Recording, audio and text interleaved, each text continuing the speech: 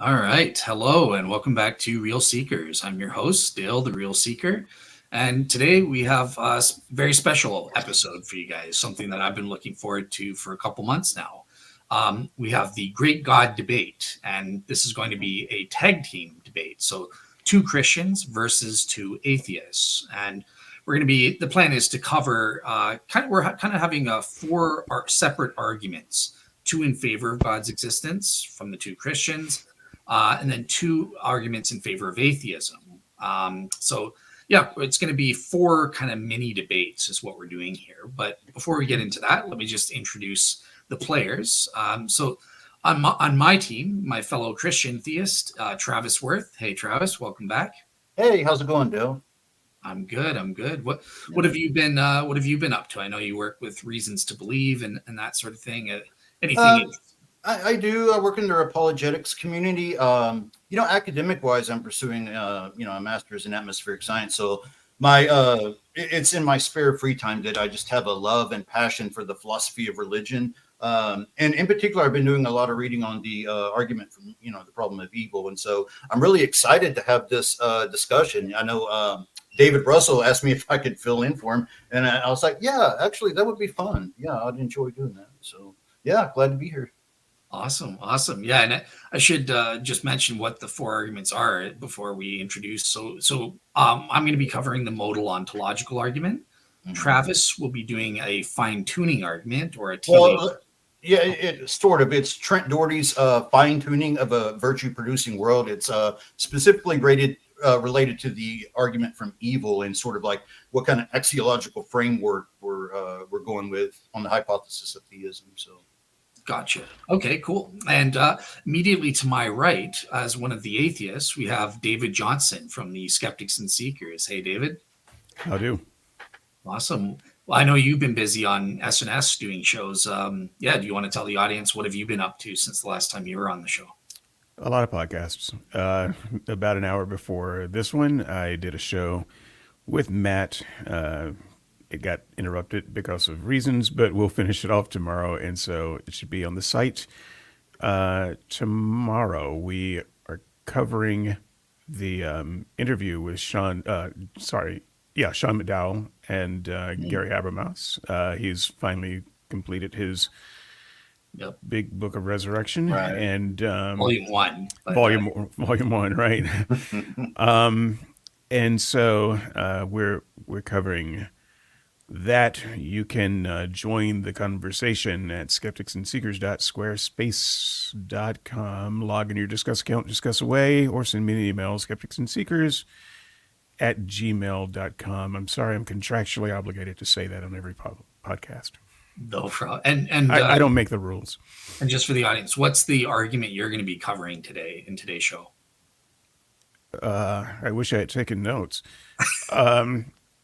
Let's see. No, really, I just read my own damn article.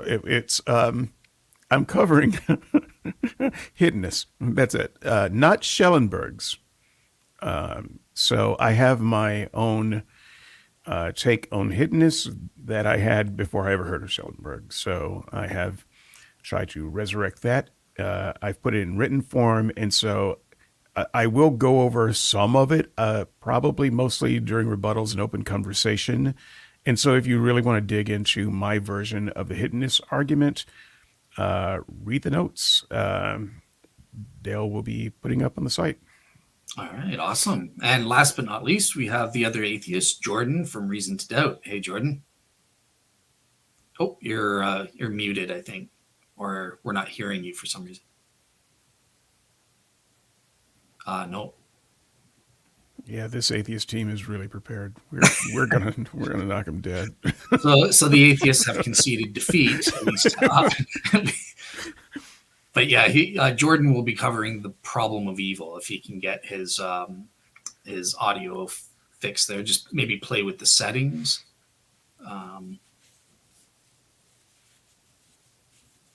Okay.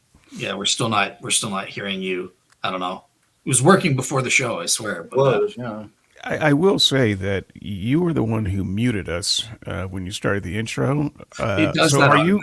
Yeah. Are you? How about maybe now? Stacking the deck a little? Oh, Okay. yeah, we can hear you now, Jordan. Yeah, you're good. It You're good. for no reason whatsoever decided that my Xbox controller was a microphone, and so Nice technology. So yeah, what's been going on with you lately on your show, Reason to Doubt and stuff? well, lately nothing because I had COVID and then a bunch of work and so we haven't actually released anything in a month. But I swear we haven't died. We are doing stuff. So coming up, what I've been working on when I'm not doing intense preparation for this debate is working on our next Shroud of Turin series. So we're going to do a deep dive on the carbon dating of the Shroud of Turin. We've talked about most of what we're going to talk about, just scattered among a lot of places, but it's probably the thing we hear most comments about. So I thought we'd collect everything we know and put it like in one 3-part series so that we can just point to that in the future. And I'm sure it'll settle all the debate, and that'll be if we can move on from the show. You'll have solved it, right? So, Yeah. Awesome. Yeah, I look forward to that for sure. I'll be watching those. So, all right, cool. So yeah, those are the players. Those are the arguments that we're going to be looking at today. The plan is I'm going to start off with the modal ontological argument. So I've got about a 10-minute opening to give, and then we'll have a 5-minute rebuttal from the atheists, whatever they want to do, ask questions or rebut, and then we'll get into a discussion for a little bit.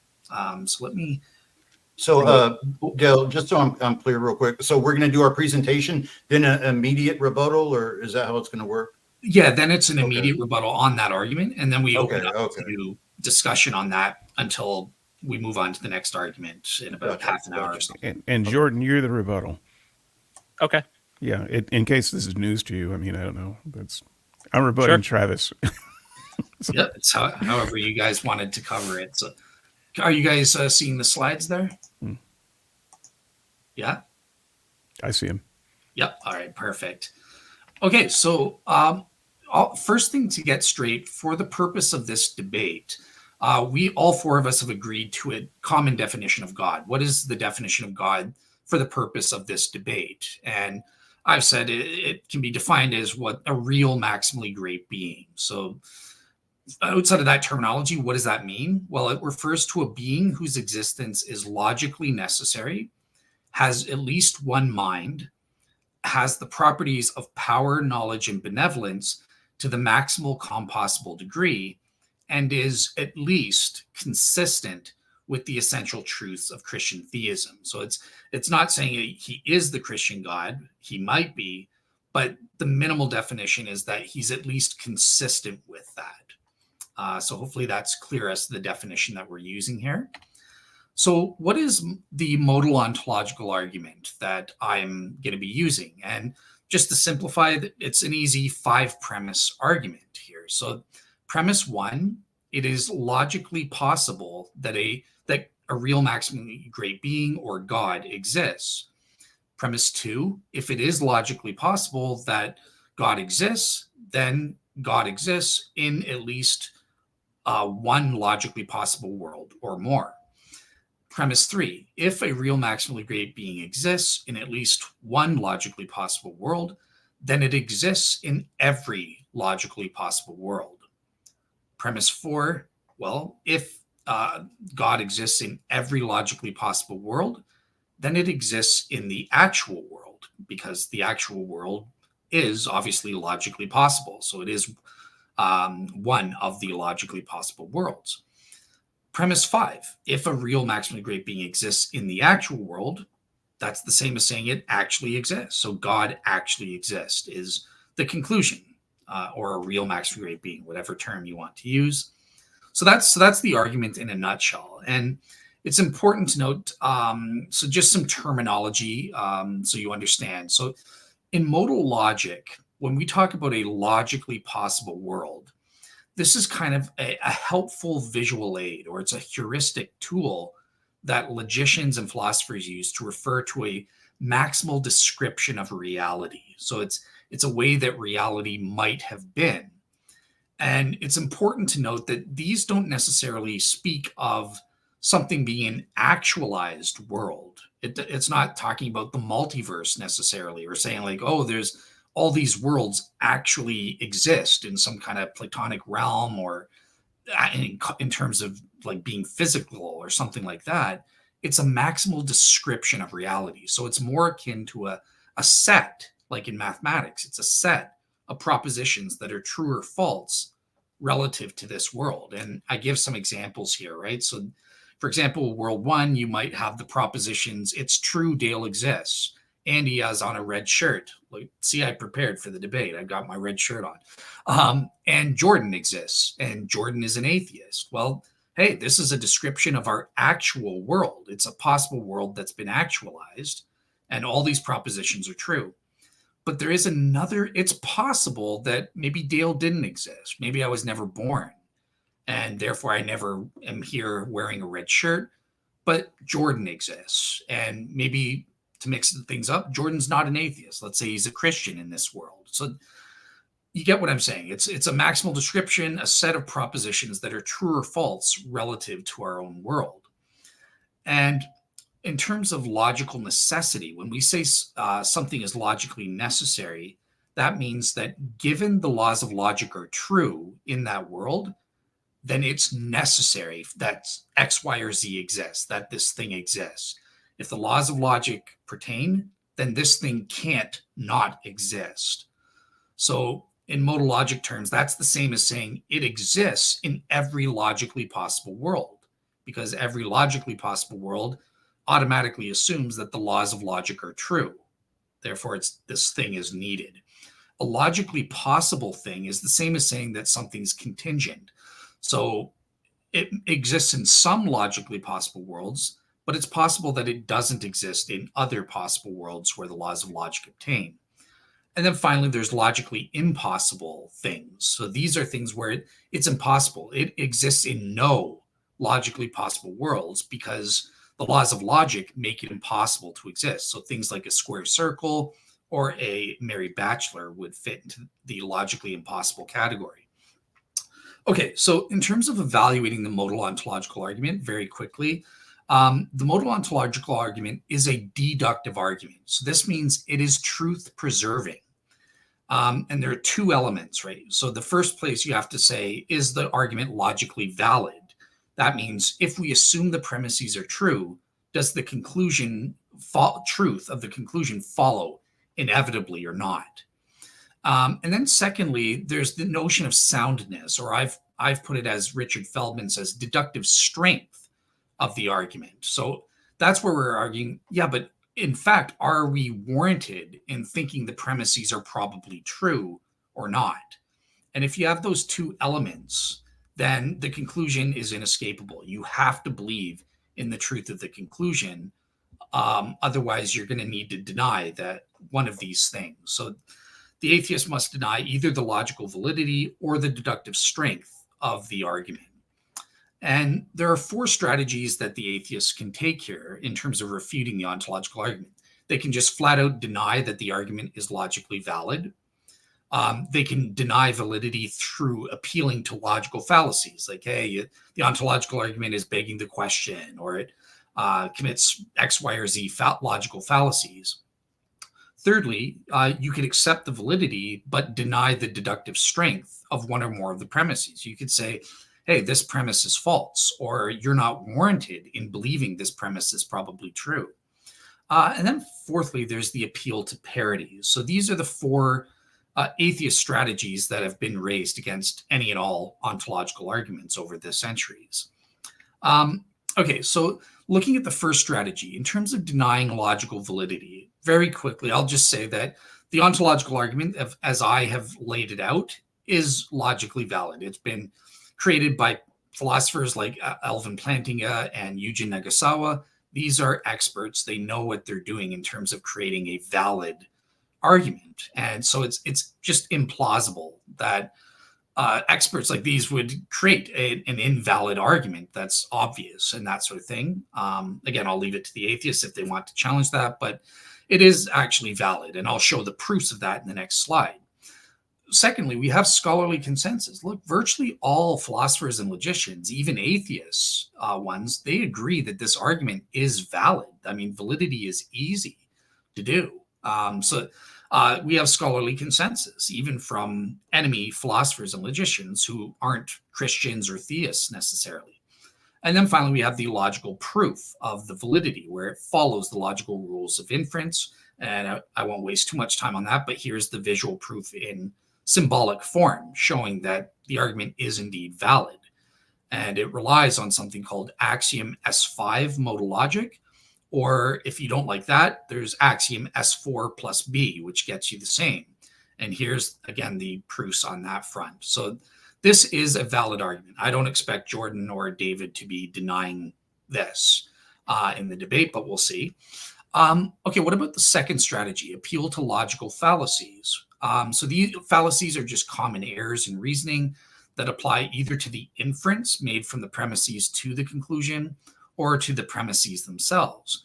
And in terms of ontological arguments, the most common objection or fallacy leveled against it is that it begs the question, like, hey, you already assume God exists, and that's really your only reason for accepting the first premise in the argument. And I would just say, well, that's not true. When we get to the deductive strength portion, we'll find out Christian theists have independent reasons for believing in the truth of each of the premises. So they're not just begging the question and assuming that God exists.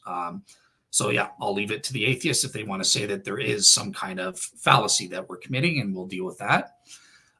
Finally, the most important one that I think for today's debate, the denial of deductive strength. So you say that, hey, I'm not warranted in believing one or more of the premises are true. Now, unfortunately for the atheists here, really, in terms of the deductive strength or soundness, most philosophers, again, including atheists, admit that premises 2 through 5 are indeed sound, and they are deductively strong.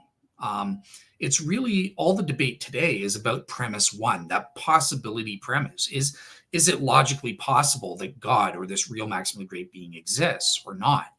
And that's where most of the work has been done. So I'm just going to skip ahead and take a look at that possibility premise. Okay. So how would we know that that this premise is true? How am I warranted? And there are 3 ways that philosophers have gone about. So there's the number 1 way. It's a priori, or a conceptual basis. Hey, human beings have modal evaluating faculties, and these can produce a properly basic belief that it is conceivable and therefore logically possible that the real maximally great being exists, given the laws of logic.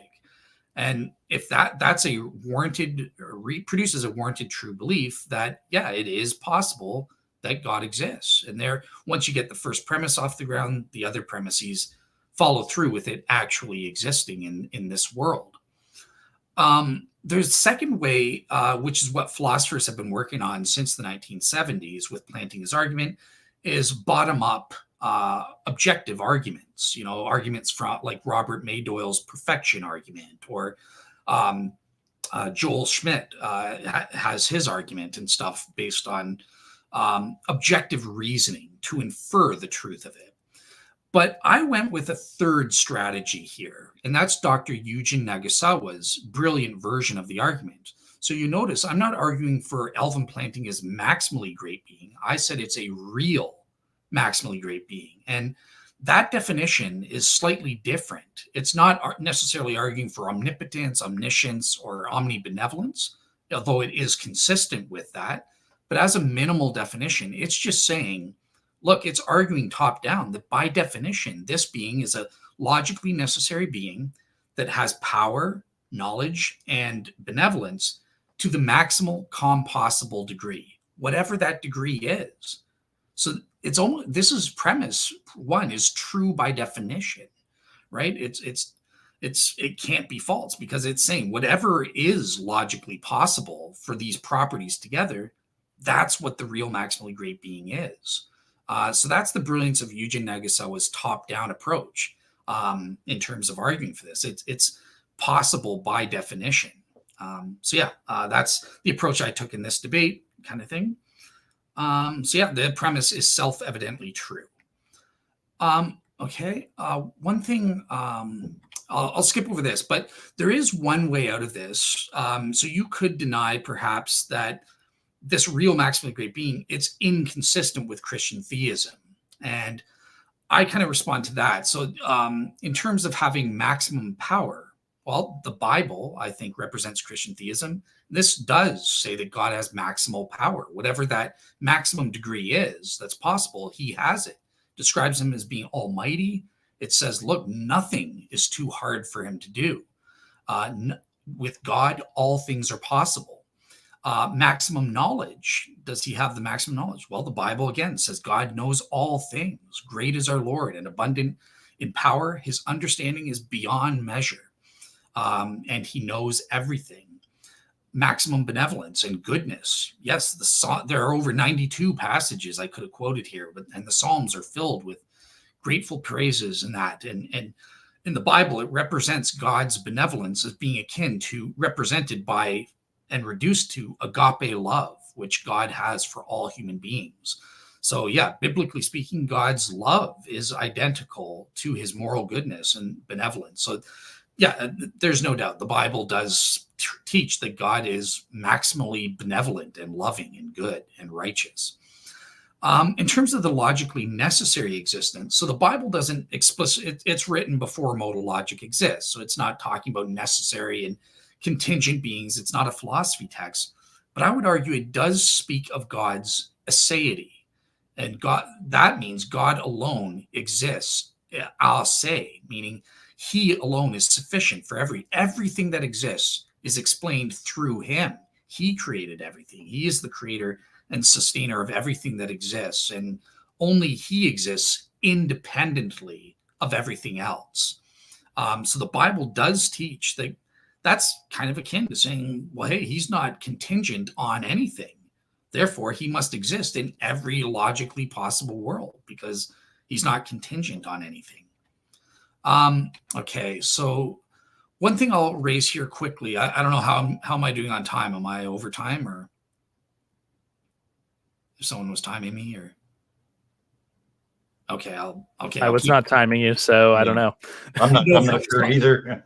I'll be very quick then. Just 2 more slides. But one thing I want to raise about the version of the modal ontological argument that I'm raising here is that it totally avoids a common objection that I know David Johnson has given when we've done ontological arguments in the past. This is different than Elvin Plantinga's, right? So I'm not assuming, having the maximal compossible degrees of power, knowledge, and benevolent are quote unquote great making.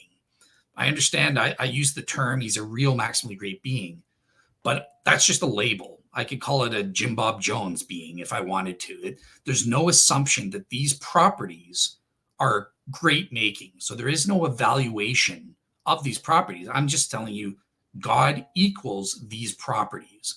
So this version of the argument avoids any debates about, well, what is a great making? Is having maximal power, is that really great making? Is it objectively great making or just subjectively so? I avoid entirely. I don't care about those debates. This argument avoids that debate entirely. So just wanted to clarify that. The final strategy, and this is my last slide, is atheists can appeal to parodies. And this is the most popular way to debunk the ontological argument among atheists because they can't figure out. They agree. The argument is valid. The argument does appear to be sound. It looks like it is deductively strong, and we are warranted in believing in the truth of the premises. But I'm going to appeal to some kind of parody. There's something wrong with the argument. We don't have a clue what. But look, we can suggest these alternative parodies, and that proves that there's something wrong with it, even if we don't have a clue what it is. And there are various types or categories of parodies. So I've divided up into 3 types here, just for examples. But there's the maximally great plus.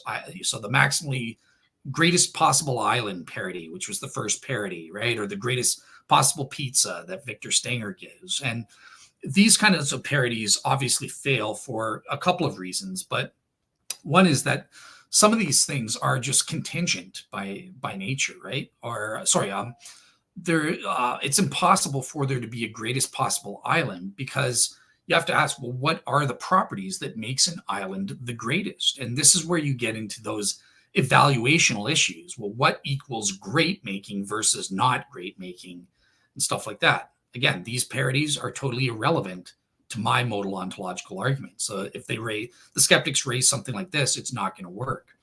There's also the necessary plus parities that I've called them, right? So you just say, well, you're just defining God as being logically necessary. That's one of his properties by definition. Well, great. I can picture a lion, and he's a necessarily existent lion.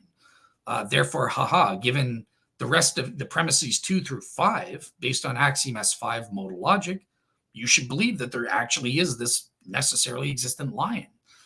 The problem here is with the first premise, because these necessarily existent plus parities all fail because they appeal to, by definition, contingent entities. Lions are not logically necessary in any way. We can conceive of various circumstances where lions can't exist, such as the beginning of the universe, or even in outer space. They're not equipped to exist there. They'll be destroyed instantly, killed off, and stuff like that. So that's the main thing here, is that basically you're appealing to the possibility of something that's impossible, because the things that you're adding in here are by definition inherently and out of essence contingent beings.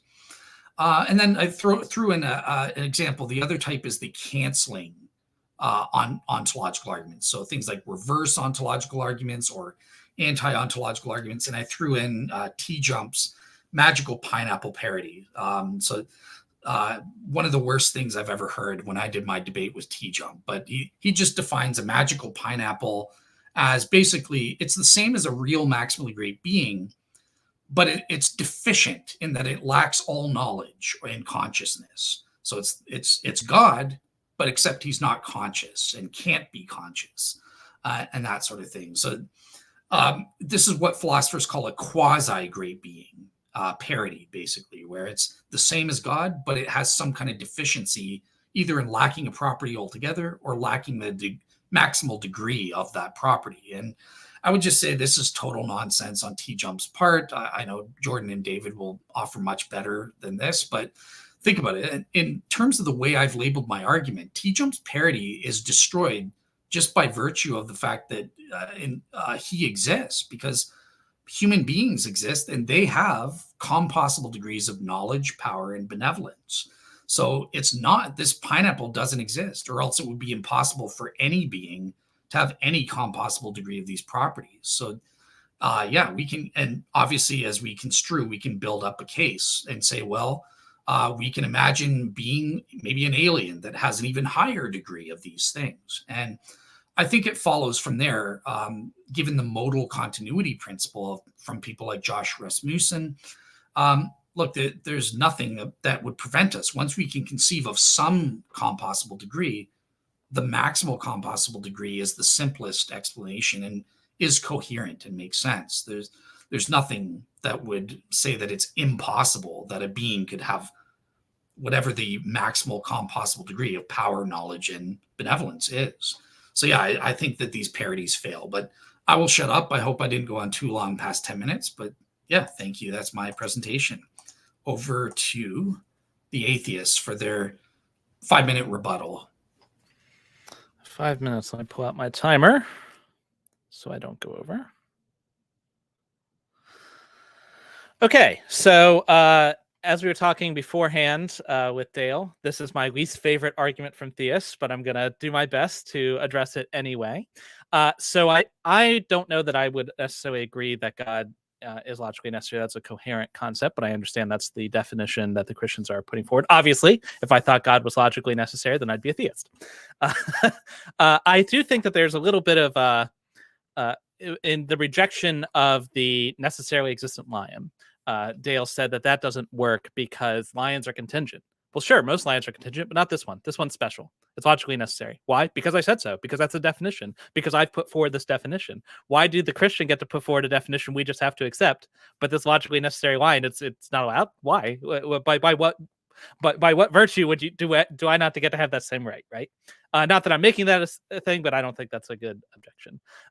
Mainly, I think just because something's logically possible in some logically possible world, that doesn't mean it's like actually possible. Like in the real world, the logical possibility doesn't entail actual possibility.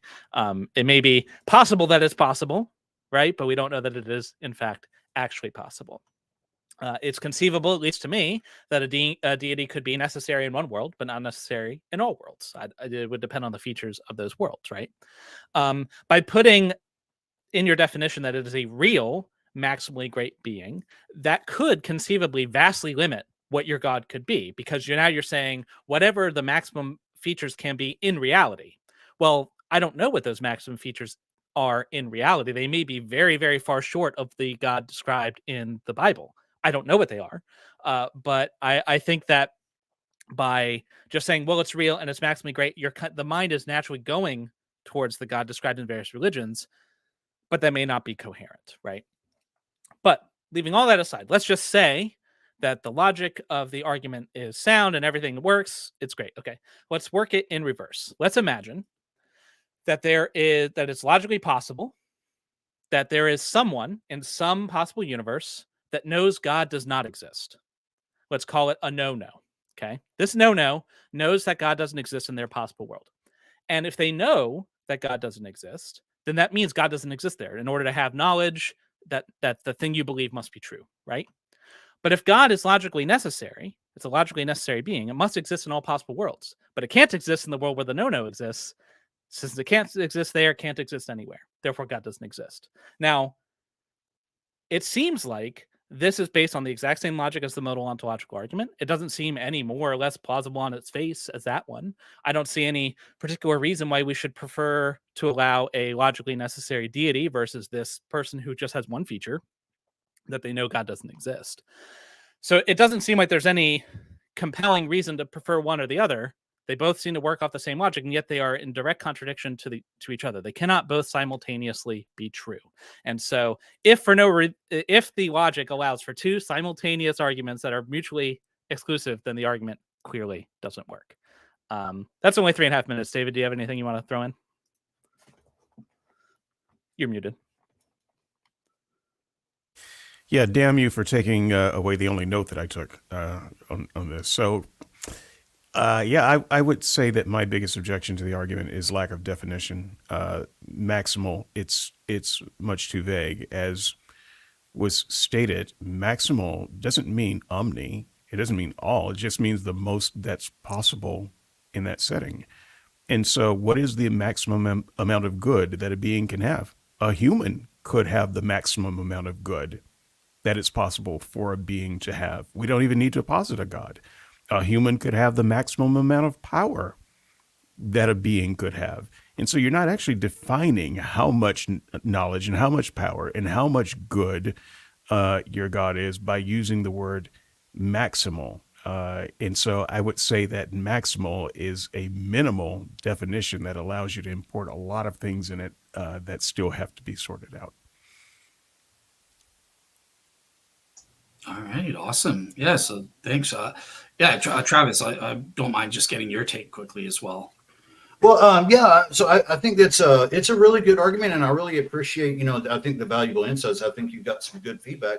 I was just thinking what would have been really good is to sort of lay out Josh Rasmussen's argument for, like a perfect foundation that's purely actual with no arbitrary limits, and but it's kind of up to you to defend it. So I'll see what you go with. Yeah, no, you're on my team. You're allowed to join in and defend it as well if you've got something to say. So, all right, cool. So I think at this point we can open it up to kind of an informal discussion for the next little bit until the 1 hour mark, and then we can move on. So, all right. So yeah, I think the first thing that you said. Jordan, you mentioned that something being logically necessary is incoherent. Now that would defeat the argument if true. So we could actually address that objection. Mm-hmm. Do you want to just expand? Like why is something being logically necessary incoherent? I'm not sure that it's incoherent. I'm saying I'm not convinced that necessarily that it is. Like, I don't know for a fact that there's a necessary being in our universe. I'm not convinced of that. So it may be true. I don't know. Is it sort of like a conceivability argument, like Hume's conceivability? I mean, I think I can conceive of a necessary being, but I don't know if I'm actually. Well, no, the objection was the objection is more like I can conceive of him not existing. So there's a possible world in which he doesn't exist. Yeah, you could say that. I can certainly conceive of a universe in which God doesn't exist. That's the universe I think I'm in. Yeah. Yeah. So then maybe it'd be valuable to sort of address the conceivability argument by Hume, because I know that is a common objection. Well, I think that what would get at that is the no thing. If it's conceivable that there's a being that knows God doesn't exist, then it seems by the same logic of the ontological argument that defeats the entire thing. So so I'm curious, Dale, what flaw you think there is in that? Okay, so I was going to address them in order. So so the no being, right, reverse God. So it is possible that God does not exist. It's kind of a reverse ontological argument. Yeah. So number one, remember there are those three ways of establishing the possibility premise. So in the first place, I think I could try to appeal to the conceivability and on an a priori level. And try to appeal to each of the atheists to see, like, well, do you really think that you can conceive of this no, or is this just parasitic and derived from the fact that you can conceive of this real maximally great being, and you're kind of just denying it falsely? Like, can you really truly conceive of a no in the first place? I mean, I think so. It's a being just like any other being, except it has one particular property that it knows God doesn't exist. That doesn't seem to be particularly outrageous. Okay. So, and David, same with you. Yeah, I mean, it's hard for me to jump into this conversation because I don't even know what a maximally great being is, because it's so ill-defined. So once again, I don't even know what you're talking about. I think, Dale, it might be valuable to sort of lay out, like the foundation of all existence, how it's purely actual, and maybe the arbitrary limits aspect, or would you say that's not really part of the ontological argument itself? Well, it can be, because I know that Josh Rasmussen uses sort of like a perfect foundation.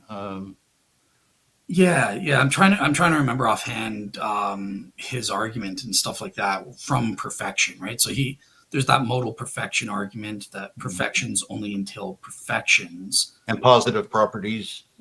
Okay, but that doesn't really matter because your claim doesn't entail perfections. It entails maximality. A supreme foundation. It's maximum, right? But so if you want to throw out your maximal great being and go with perfect foundation, you'd need to make another argument. I think the two can be simultaneous. I think they're defining the same thing. That perfection is like the highest value with no defects. Okay, but Dale didn't say perfection. He particularly avoided perfection in his run-up. He just said the maximum that is possible. And so we don't know what the maximum that is possible, that is ill-defined. And perfection kind of suggests an omni aspect that maximal doesn't get at. So that's why I keep asking for clarification on your definition of maximal. Okay, so I would just say, in the first place, Travis is right that they can be true, because a maximal great being, that could entail perfection. If perfection is logically compossible, then it covers that. So if we can prove the perfection argument works, kind of thing, then that would establish the possibility of my premise. But my premise can be true even if perfection doesn't work, right? So that's why the second way is going about through bottom-up argumentation. And there was one that I specifically wanted to give you guys, since you both claim to lack an a priori properly basic belief that the real maximally great being exists, even with the top down. So just to clarify, for a specific definition of great, if that were properly defined, if you decided what metrics you're going to use to say great, then there probably is in reality a maximally great being. But what is that maximum? I mean, it could be made depending on what standards you choose. I don't know. But that's the thing. We don't have to know for this argument to work. We don't know what that maximal degree is, but as long as we know it is possible that there is this maximal degree, whatever it is. And since Yuji Nagasawa argues top down that it's true by definition, we know there is some maximal degree, whatever. Let me ask for just one clarification. I'll just use an analogy, and you can clear it up for me really easy. So in a race, so you've got 10 people racing, somebody wins. That was the maximum. By one definition, the winner was the maximally fastest runner. Now, does that mean that he ran as fast as any runner could run? No, but in that setting, he was the maximally fastest runner. Now, is that what you mean by maximal, or do you mean the runner ran as fast? He maxed out the possibility of what could be run. Do you mean that? I mean the latter. Because hypothetically, we can think and conceive of someone who would have ran the race 2 seconds faster, or something like that. Okay, then I would have to disagree with you then, because I definitely agree with there is a being that is, the fastest being on Earth. That doesn't tell me anything, or the strongest being on Earth, or the most good being in the universe. So yes, that's trivially easy to agree to. But now, if you're saying it's all of what is possible, then I think that opens you up to some more arguments and pushback. And I'll just give way and let my partner do it, because I hate this argument even more than he does. Well, I think that's a good point, that like if you just have maximal and like the maximal conceivable, that's one thing. But if you try to combine it with real, then you can't just say, well, it's conceivable of someone who ran that race 2 seconds faster. Well, okay, but you said it was real though. So like, well, real doesn't refer to factual possibilities or facts, right? It's talking about metaphysical possibilities. So it's beyond just, okay, well, it's just a fact that Donovan Bailey ran the thing in 10 seconds, and that's the fastest in the world among human beings. Like, why are we limiting it just to human beings and the facts of what people have been able to do? I think possibilities on a metaphysical level, we can conceive of someone who could run that a little quicker and stuff like that. So by real, what you mean is conceivable, not actually real. Exact, not factually real. It's metaphysically conceivable, is whatever that thing is. So the real you're positing then is whatever the maximally great being that can possibly be conceived of, whether or not they exist in reality. Yeah, exactly. Okay. And so I don't see why, like, you can just state that this being is also necessary, but I don't know why I should accept that being is necessary in reality. And I don't see the link between just saying the words, it's logically necessary, and therefore it's logically necessary in all these worlds. Like, why I should accept the leap from just spouting those words to, but for realsies in this universe, though. Yeah, well, so let me bring up the argument again. That's what the function of the other premises is, right? So, like, if you're, for the sake of argument, if you're granting me that first premise, let's say it is possible, right? Logically possible that this metaphysically conceivable real maximally great being exists, right? Then these premises take over. We're not just defining God into existence. These premises are logically inferred to arrive at the conclusion, right? So it's a valid argument, right? So if it is logically possible that this God exists as I define it, right, then that means it exists in at least one logically possible world. Now, with premise, was someone going to talk? Well, I was just going to say, like, then that's where the no-no comes in. If I can conceive and logically say that there's a being that knows that God doesn't exist, it doesn't, like, and I don't see any reason why you should be free to reject that being, but I'm not free to reject your God just kind of out of hand. Like, it seems like they're both on equal footing, but they can't simultaneously exist. I think with your parody there's a being that knows God cannot exist. Well, doesn't exist in their possible world. In the world, in whatever possible world this no-no is in, they know God doesn't exist there. It's like Hume's conceivability argument, basically. That's what it sounds like. Yeah. So like I said, there are that's why there's three approaches. And the first thing I was approaching was that a priori conceivability argument to say which ones cancel out each other. Then there are various arguments for the possibility premise. That's the second approach, where I was looking for, I wanted to give the one by Josh Schmidt. Let me just try and find it.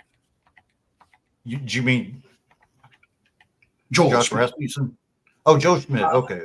Yeah, you can give Josh Rasmussen's one, but there is a specific one that I wanted to give on this front to get the atheist take on, and I'm just wishing I can find it. While you're looking that up, I just want to throw the question out in the ether. It doesn't have to be answered by anyone. It could be answered by someone in the comments. When you're talking about conceivability, whose framework are you talking about? Your conceivability? I might have a bigger imagination than you, so I might conceive of more. And then someone might have a bigger imagination than me, and they even know more about the universe. And so they can conceive of more. And so what framework are we getting the ultimate conceivability from that defines this maximal being? So that would be what I call warranted conceivability. So you have to be warranted. And this is what defeats people like David Hume saying, well, I can conceive of the opposite and stuff, just as a claim. They think they can imagine it, but it has to be warranted. So given all the relevant facts and that sort of thing, you can actually conceive, and they are therefore warranted in doing so, right? So David Hume, for example, with the principle of sufficient reason, he said, I can conceive of things just popping into existence without an explanation. Right. Yeah. I would say, no, he can't. Now, I believe that he could imagine. There's a difference between imaginability and conceivability.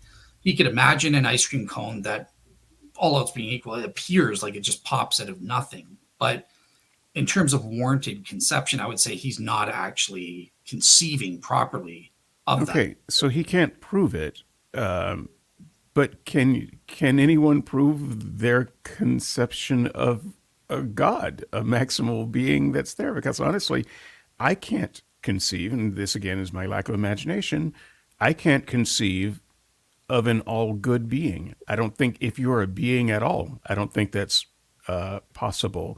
If you're a being with personality, everyone has some good and some bad. I can't conceive of an all-evil being. I can't conceive of an all-good being. And so, once again, but my conceivability is irrelevant.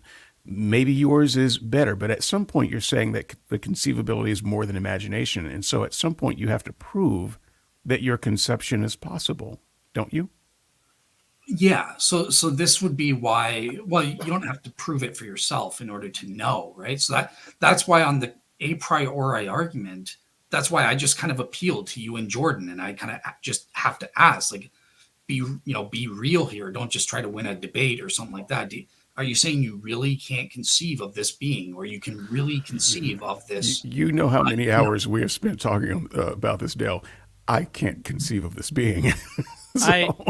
I think I can conceive, if by maximally great you mean whatever combination of virtues is the most optimized configuration. Mm-hmm. I don't know what that is exactly, or what virtues you're using or whatever, but I can conceptually understand an optimization problem. So that's not a problem for me. Yeah. What the thing that I'm not sure I can conceive of is that it's necessity, and that being necessary in one universe means it's necessary in all universes. I understand the logical argument, right?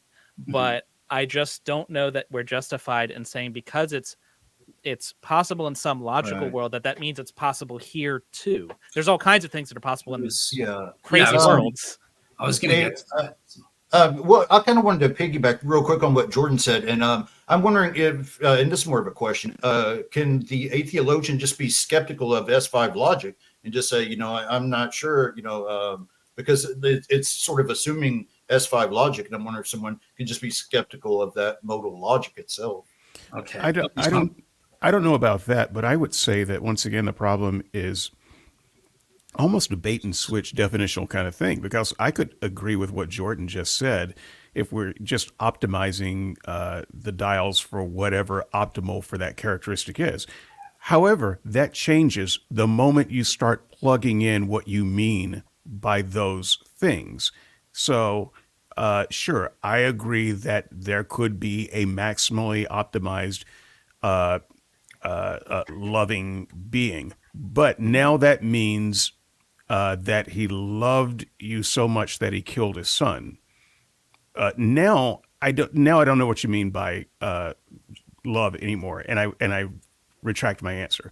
So you can't just have these empty parameters and then ask for agreement and then fill in the parameters with things that then make it impossible. I'll say I don't think Dale has done that here. Not yet. Not yet. I mean, the ontological argument is a gateway to those other things to then fill in the blank parameters.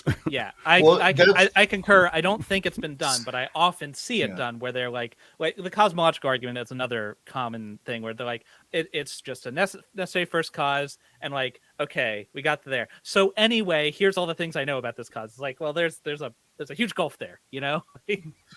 Okay. So there's there are actually a priori arguments that go from like a perfect foundation to the Christian faith. Like, for example, Richard Swinburne has a couple of a priori arguments. So there are ways to actually do that theoretically. Yeah. Okay. All right. I guess that's another conversation. No. I want to get there. So So there's a bunch of things I want to address. So first point. Logically necessary is not coherent. So I just want to say it is perfectly coherent because, again, remember what logically necessary is. It's just saying, look, in this world, you're imagining that the laws of logic obtain. Obviously, that's logically coherent because they exist in the actual world. So no one would deny that the laws of logic coherently obtain. And then it's saying every world where those laws of logic obtain, this thing also exists. You would have to have some kind of reason to say, well, what is it that's, for lack of a better word, explaining or causing this thing not to exist in some world versus not, kind of thing. So yeah. Well, now you're positing it sounds like you just posited laws of logic such that in some possible world, some configuration of laws of logic, that this being is necessary, right? Did I understand you correctly that that's in this possible world, the laws of logic are such that this being is necessary? The laws of logic just are what they are. Whatever in whatever world they exist, as they exist in this world, you know, that entails that this other thing exists. Like that. There's nothing incoherent, provably incoherent about supposing that wherever the laws of logic obtain, this thing's also there. So, but why though? I don't know why I should agree that there doesn't seem to be anything in the laws of logic as I understand them, and maybe my understanding is just limited, that tell me there has to be logically necessary, that there's a being that can't possibly not exist.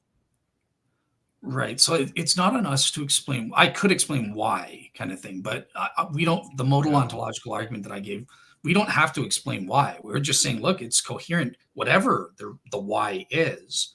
And again, I have my own. Okay. Well, if you don't have to explain why, then, and I don't want to beat a dead horse, but it seems like then my counter argument is a perfectly fine defeater. If I don't have to explain any feature about this being or why it exists or anything like that, I can just say it exists and thus shall it be so. Then my no exists. I said so, therefore it is, and therefore my no beats your God. Like okay. I'm not sure how that follows.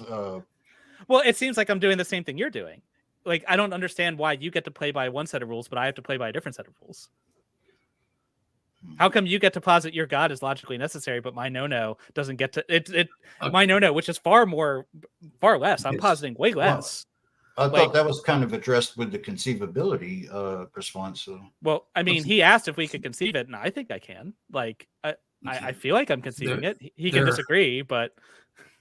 There are other objections I'm trying to get to as well, right? Because you guys raised a lot, like 5 points or something. So there was one thing that Jordan raised that was also an interesting thing, right? So let's grant that this thing exists in some logical possible world. Can't we doubt the truth of premise 3? It was an objection to premise 3, right? So just because it exists in one logically possible world, does that mean it exists in every logically possible world? And I would say, obviously, because by definition, this God is defined as logically necessary, and that just in modal terms mean it exists in every logical possible world. It's true by definition. But there is an assumption here, right? So I'm assuming what's called transworld identity, meaning that when something exists between different possible worlds, it's the same thing that exists in each possible world. And this contrasts with what I think Jordan was getting at. You can tell me if were you appealing to like counterpart or world-bound individual theories? Is that your objection? No, my objection. You say if God exists in any possible world, the God as you define them, then he exists in all of them, right? Mhm. So if I can find any possible world where he doesn't exist, then God doesn't exist, right? Yeah, exactly. Okay, so this no, and if you prefer, we can just say that this no, he's also logically necessary. Why? Don't worry about it. Doesn't matter. I don't need to explain that. He just is, because I said so. So this no is logically necessary. He's not maximally great, but he does have one very specific. He has two properties now. He's logically necessary, and he knows that God doesn't exist. I don't see why that's a violation of any. I'm not saying that it's actually like I believe any of this. I'm just saying it seems like I'm playing by the same rules you are. It almost reminds me of Graham Uppy has this thing, but maybe there's just a necessary initial state, like a quantum field is just necessary, and maybe that's necessary. Is that a question? I suggest that we put a pin in it and move to the next major argument. So let me, because I haven't had a chance to respond to all these things, right? I understand, but maybe we can circle back around because we've got. Well, how about we give you 1 minute to say whatever it is you want to say, and then we'll move on. Okay, yeah. So a couple minutes here. So someone also said they could reject axiom S5. So that is, where the heck is that? So I provided the logical proofs. Now, even if first of all, axiom S5 is virtually universally accepted among philosophers. It is very well established as per the logical proof and that sort of thing. But even if you deny it, you could also use axiom S4 and axiom B, and it gets you the same thing. So this argument isn't dependent on axiom S5 necessarily. There are other ways to get there. As for the Christian loving thing, okay, I'll get into that and just say that loving is the same thing. There's nothing inconsistent about somebody making out of love a sacrificial death for a greater good. That seems perfectly consistent with being loving. But yeah, and the other thing was, last thing, there are objective reasons for believing in the possibility premise that would outrule Jordan's parody by, for example, and I'll give that later on kind of thing, I guess, but there are objective arguments such as Joel Schmidt's argument and Richard Swinburne's argument from Simplicity and the modal perfection argument from people like Robert Madoyle and stuff like that. So there are objective reasons to tell between the two. And with that, I will yield the time and we'll go to the next argument, which is Jordan on the problem of evil. The problem of evil. So we're going Jordan, then to like, how are we going again? So Jordan's going to give his argument, and then it's going to go to you, and then it'll go to David Rosford. All right. So the problem of evil.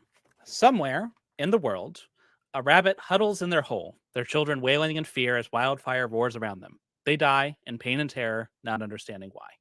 Elsewhere, a village is swept away by a mudslide.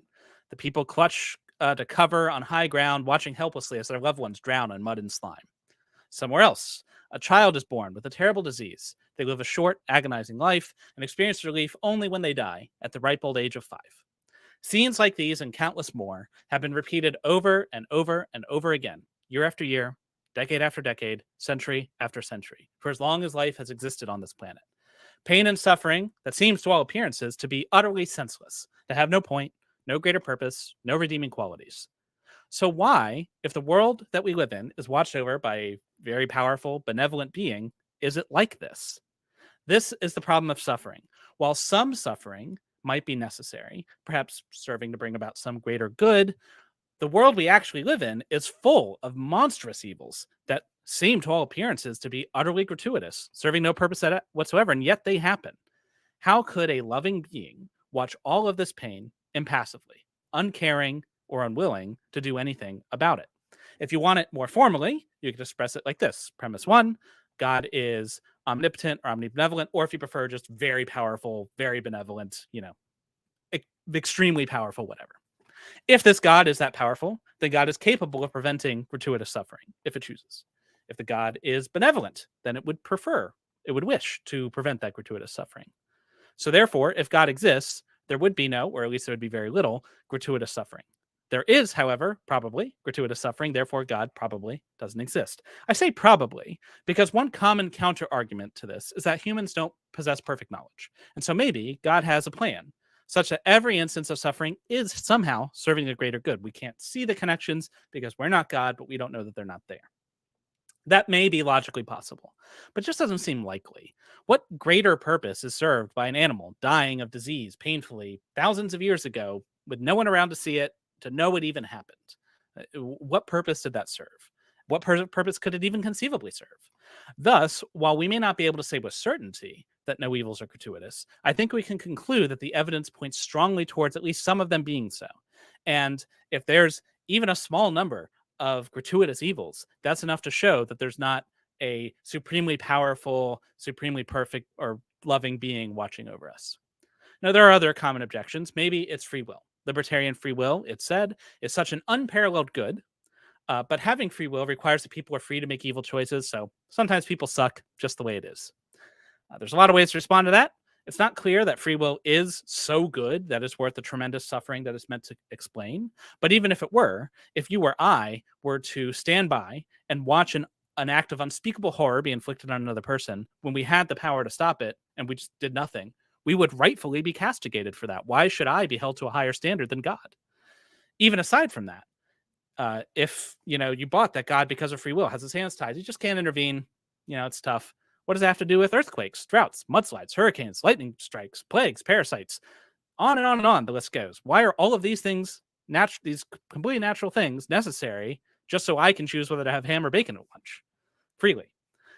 Still others assert that this world is difficult because that's necessary to improve ourselves. It's often called a soul-making theodicy. The idea that people come out of the other side of these struggles better off, or they need these struggles in order to express certain virtues. We must be trained and sharpened in this furnace so that we can be better able to enter into divine communion at the other side. But this too doesn't seem to match reality. There are a great many evils which don't make one stronger. Sometimes the suffering is just too much and it breaks you. What purpose did that serve? Who was made stronger by that? How is a person who is killed by an earthquake supposed to be improved by it? And even if some evil serves a training purpose, a benevolent God surely would ensure that there was a minimum amount of evil necessary. You wouldn't add extra evil that you don't need, extra suffering for no good reason. Even if you need some, you wouldn't just throw an extra dash just because if you were benevolent. So are we really meant to accept that there couldn't have been one fewer drought? Not one less mudslide? Not one fewer case of childhood cancer? Not one. This beggars belief, particularly since many of these things happened for millions of years before there was a single person around who could communicate and be improved by it. There wasn't anybody around for millions of years, and yet these things happened. If this is all for spiritual training, too, why is it that these struggles seem to fall on the spiritually strong and the depraved alike? There are kind, gentle, excellent people who are nevertheless subject to horrific ills. And there are selfish, awful people who live lives of comfort and ease. Is that what we would expect from a world designed as a spiritual training ground? Now, there are a few easy solutions to all of these problems. One, if there's no God at all, then it's obvious why there's suffering, because nobody's around to stop it. Bad things happen to good people because the universe sucks sometimes. Simple as that. If you don't wish to jettison God entirely, though, you have another option. You can make your God small enough to fit. Maybe he's just not that nice. He's kind of a dick, and he doesn't care if people suffer.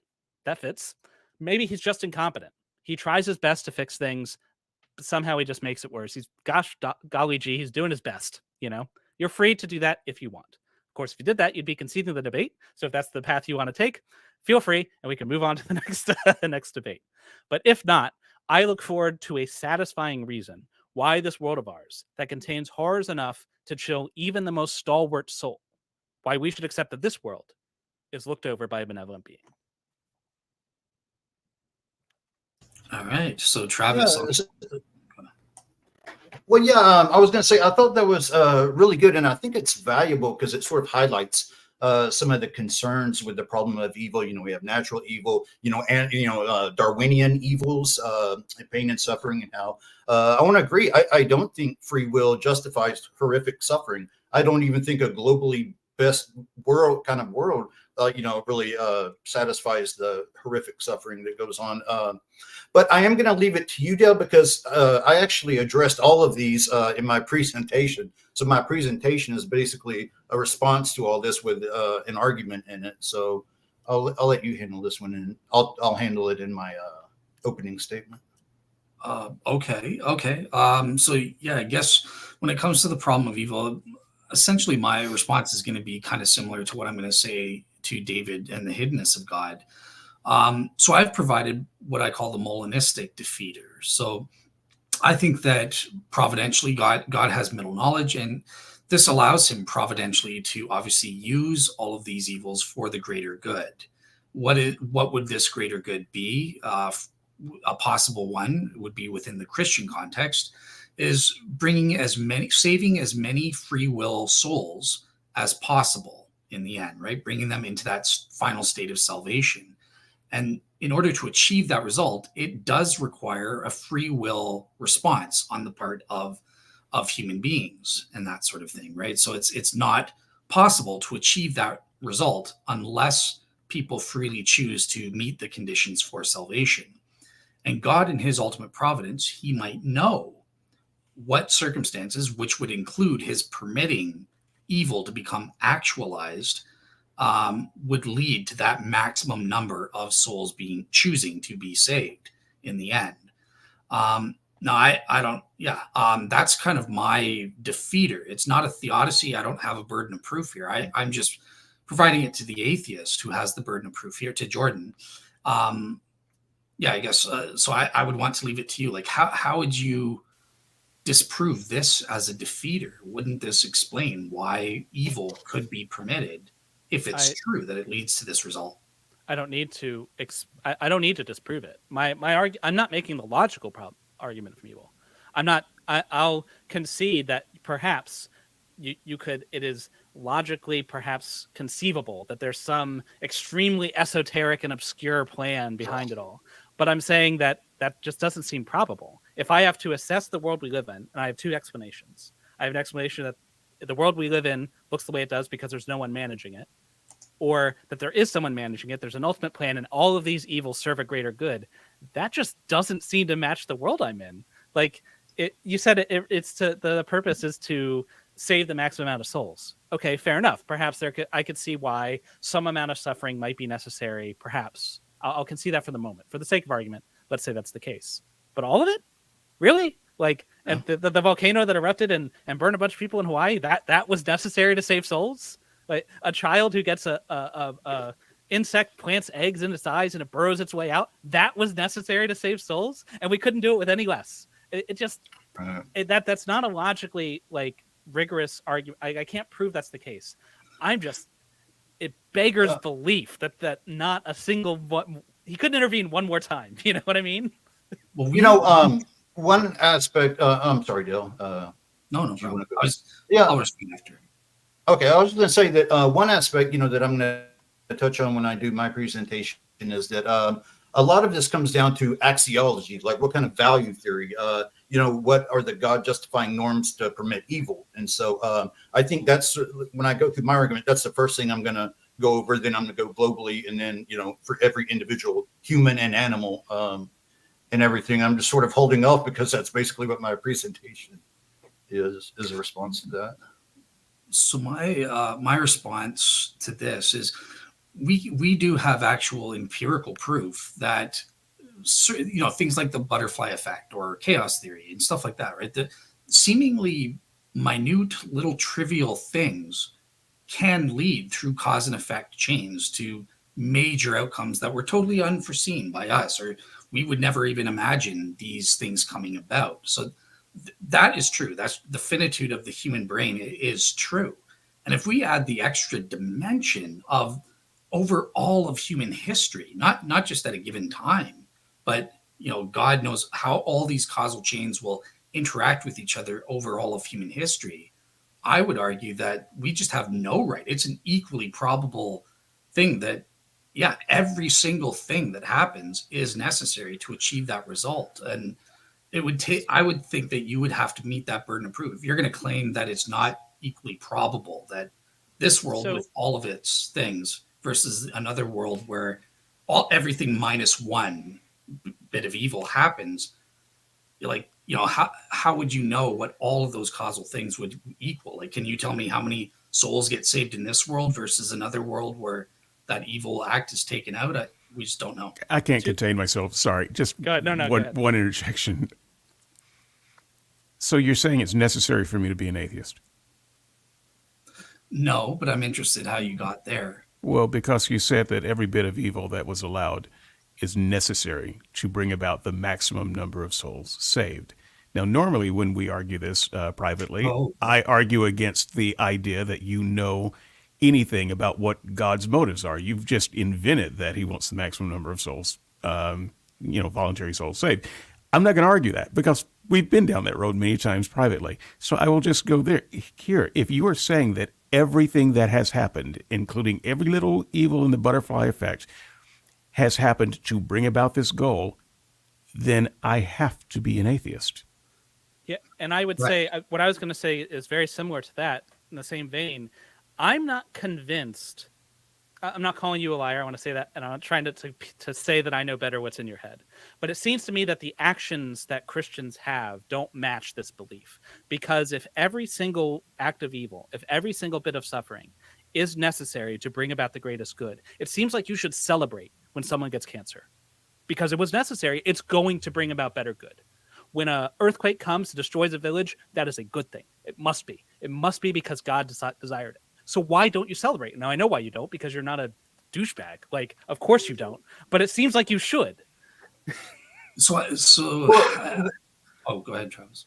Well, yeah, one thing with that is, that's sort of assuming that God is a human moral agent. And I think one, consideration is that God, qua God, would be in a unique position. He would be able to defeat, and redeem all this suffering, whereas a human ethical agent would. So I wouldn't put God on the same category as a human moral agent. So I don't think it would be applicable to say that I shouldn't stop evil because, God may defeat it or redeem it or something. Hold on, say it again. So are you saying that the part where I said that I would be people would expect me to stop evil if I could, right? That doesn't apply to God, right? Because God is in a unique position as God. He's in a position to be able to defeat any and all suffering and redeem it for everyone, whereas a human moral agent isn't. So I wouldn't put them in the same category. I don't think God is bound by like our normative ethics. If God doesn't have a responsibility to make, I didn't say he didn't have a responsibility. Okay, well, so if you have a being that has the ability to stop an instance of suffering, that being has every ability to do so, and says, "No, I'm not going to." I don't. If you say that being is good, I don't know what you mean by good anymore. Well, I'm going to get into this. That comes back to our axiology of what states of affairs God should be permitted. And I'm going to argue that it's in terms of defeasible, like he would not allow anything that can't be defeated. And I'll get into the definition of what defeating an evil means. But I would replace, where you say gratuitous evil, I would replace that with defeasible evil, that God will not permit any, indefeasible evil. I would actually ask after a couple of more minutes that we just let Travis get into it, because he's the next presenter and it's a natural response to this subject anyway. Yeah. True. Okay. I'll just, so just for clarification before we move on to Travis Jordan. So I get what you're saying, and maybe Christians are inconsistent. I would personally say, like, I myself, there is a celebration in a sense, but there's also this sense that what's happening isn't morally ideal. So evils are evils. They're never good in and of themselves. They can only ever be good instrumentally. So as a Christian, how I respond, and this is my honest take, is I respond negatively to the fact that it's evil in and of itself. These evils should never be coming to pass, but because of the fall within the Christian context, which hasn't, I'm assuming is equally probable because there hasn't been a reason yet, but that's, as a defeater, the Christian story posits the fall, and that explains why there's these evils that God has to permit in this world in order to arrive at that end state now. So, Would you? Yeah. well, so here's where I get hung up on that when you say they're equally probable. I don't see how you could say that. I can, again, for the sake of argument, can see that there's some extremely esoteric butterfly effect sort of way. But imagine somewhere in the African savannah, there was a rodent that broke its leg in a hole. No one observed it. No one knew that rodent existed. It broke its leg and starved to death, and unbeknownst to every other creature on the planet.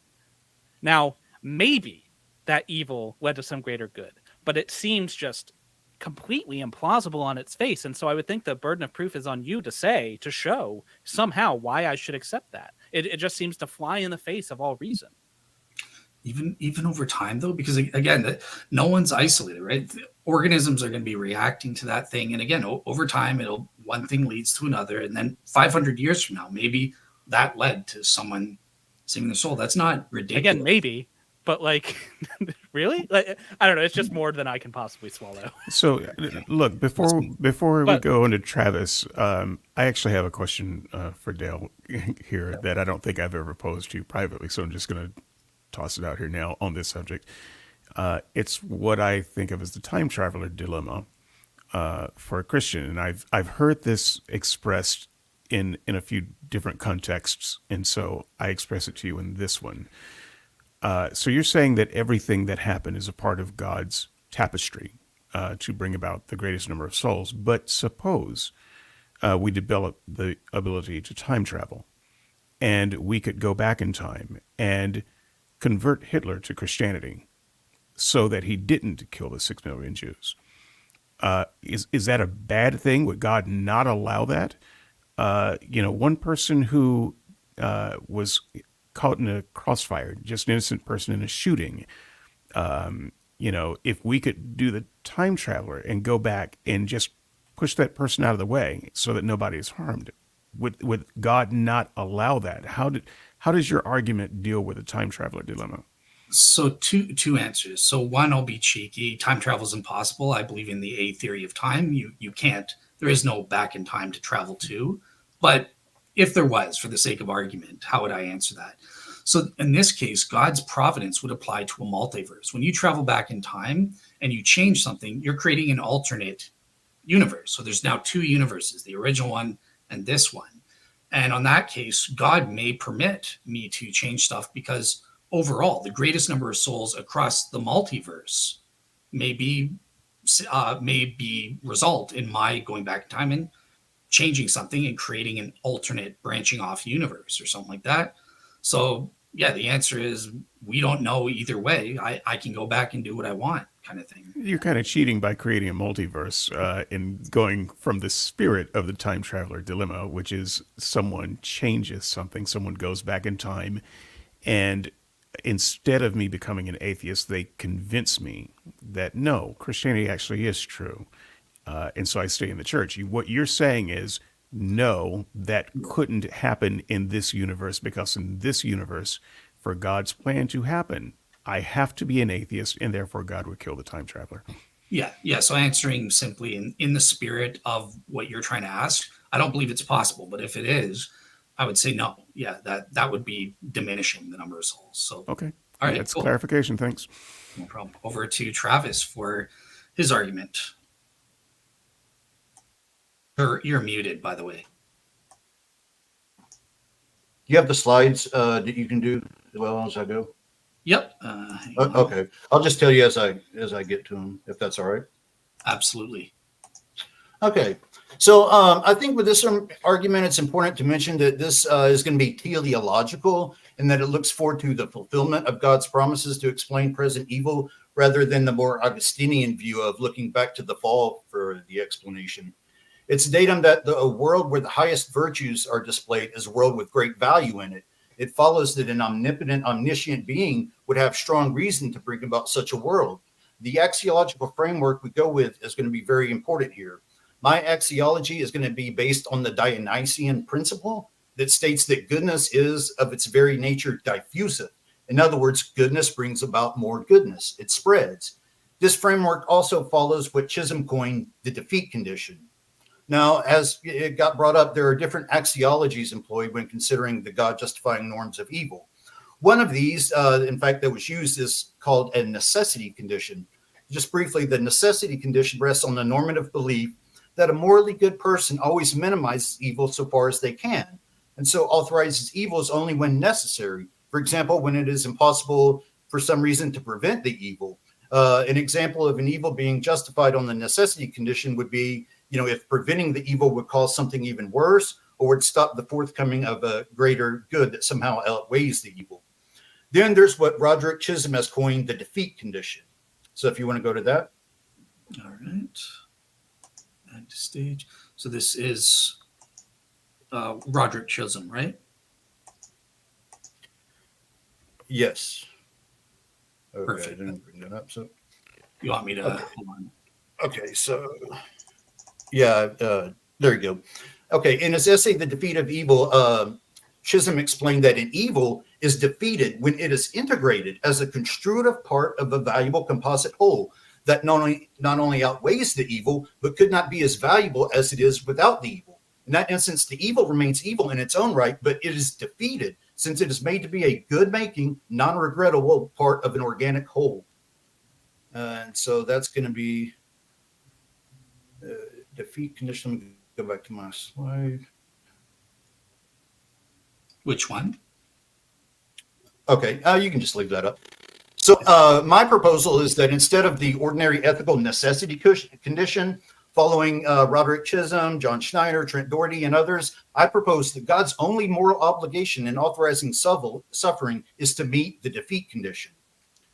Now I'm going to get into what I call a saint fostering world.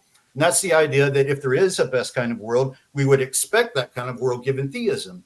But it would be quite surprising to find ourselves in the best possible kind of world in the range of possible outcomes on the assumption of a chance hypothesis.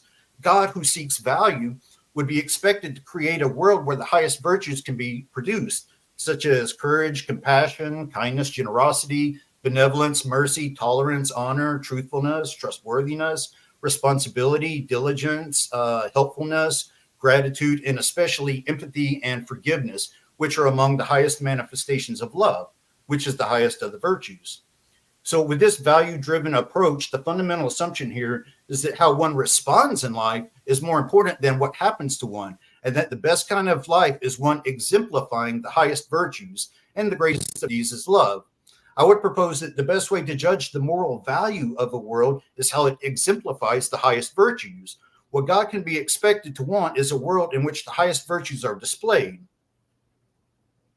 So we can ask what God must do if he is to bring about such a world. And the logically necessary preconditions for the display of virtues are evil and suffering of a sufficient intensity, but not so intense so as to destroy the psyche of most of those in the situation, and of sufficient frequency to provide multiple opportunities to form habits, but not too frequent so as to yield too high a probability of complete demoralization of the souls of all who go through them. There must be a sufficient chance of success for a sufficient number of individuals. This gives us a sort of range of what to expect in the fine-tuning of a virtue-producing world.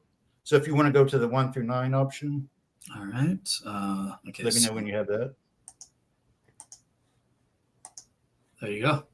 Okay, so you can kind of see here, the 1 through 9, it's the frequency and intensity of suffering and the amount that, would produce virtues. So you can think of a world where hardly any virtues are produced, or you can think of a world where the suffering is so intense that very little, that most of the agents in that world just give in to despair and there are no virtues accumulated. but we find ourselves in a type 5 universe. This is a world that produces much opportunity for the exercise of virtue. In this world, it is likely for people to lead lives which they consider on the whole worth living. This is much more to be expected given theism than naturalism, as naturalism makes no prediction about what sort of world we would expect to find, whereas theism would predict a world where the highest virtues would be manifested to bring about saints. Theism entails that we would find ourselves in a type 5 world, since it is the best possible kind of world. So the Bayesian formulation of this argument is going to be the probability of a type 5 world given theism is 1. A central theme here is the transformative power of triumph over tragedy in the production of a virtuous saintly character. So in the Bayesian formulation of the argument from evil, having made, the assumption that the hypotheses of theism and naturalism are roughly on par with respect to prior probability, the issue would come down to the likelihood ratio of the two hypotheses with the facts pertaining to evil. So we could let S be the saint-seeking story about God wanting to bring about a world that offers ample opportunity for the development of the highest virtues for sainthood, which requires very significant risk from morally, significant agency. We could let T be theism and N be naturalism. So we could define. Am I supposed to split? Oh, you can just leave it up till the. On this, okay. Yeah, you can just leave it up. Yeah, so we could define EH, which is the datum regarding evil, that since very near the beginning of life's existence, there has been an abundance of intense suffering. Wherever there has been life, very significant levels of suffering have been quite common. But interestingly, the relevant data can be seen through different lenses. For example, scientifically speaking, we could say that, let's say there's a woman suffering intense pain and anxiety. We would consider that bad. But through a different lens, we may see that it's a woman who's about to give birth to her first child. Viewing the relevant data through our axiological landscape is going to be very important here. So with that in mind, I'd like to look at the lens through God's plan. So that is, having considered what kind of values God can be expected to have and what kind of world he's likely to produce, we can redescribe the facts of EH. So we can define it now as, since very near the beginning of life's existence, suffering has come about with a frequency and intensity which falls into the relatively narrow band with enough magnitude to foster saints, but not so much so as to widely overwhelm people or make the struggle futile. This data places our world in a certain class of worlds, one theism says must exist if God exists. So if you want to go to that third slide.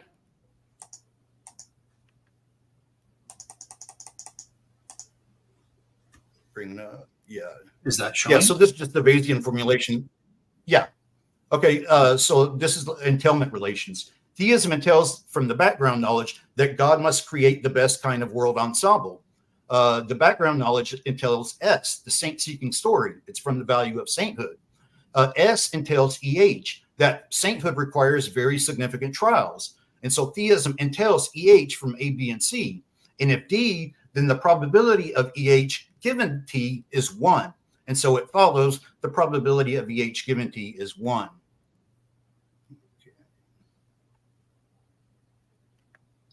Go down here. So that's going to be, but I also want to concur with the late Marilyn McCord Adams. So that's more of like a global. And Marilyn McCord Adams made the point that mere global goods, like a world where the highest number of individuals are freely saved, is not really enough to justify intense, horrific suffering. For that, God would need to ensure the defeat of all suffering for every individual creature so that each individual lives a life that is, on the whole, valuable and non-regrettable. So this gets into the argument of Josh Rasmussen's great story theodicy. And this is for every individual creature.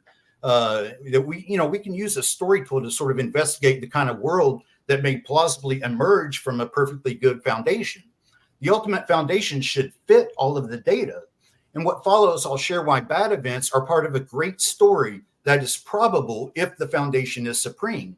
From this perspective, bad events don't automatically tip the scale away from the supreme foundation hypothesis. They can actually do quite the opposite.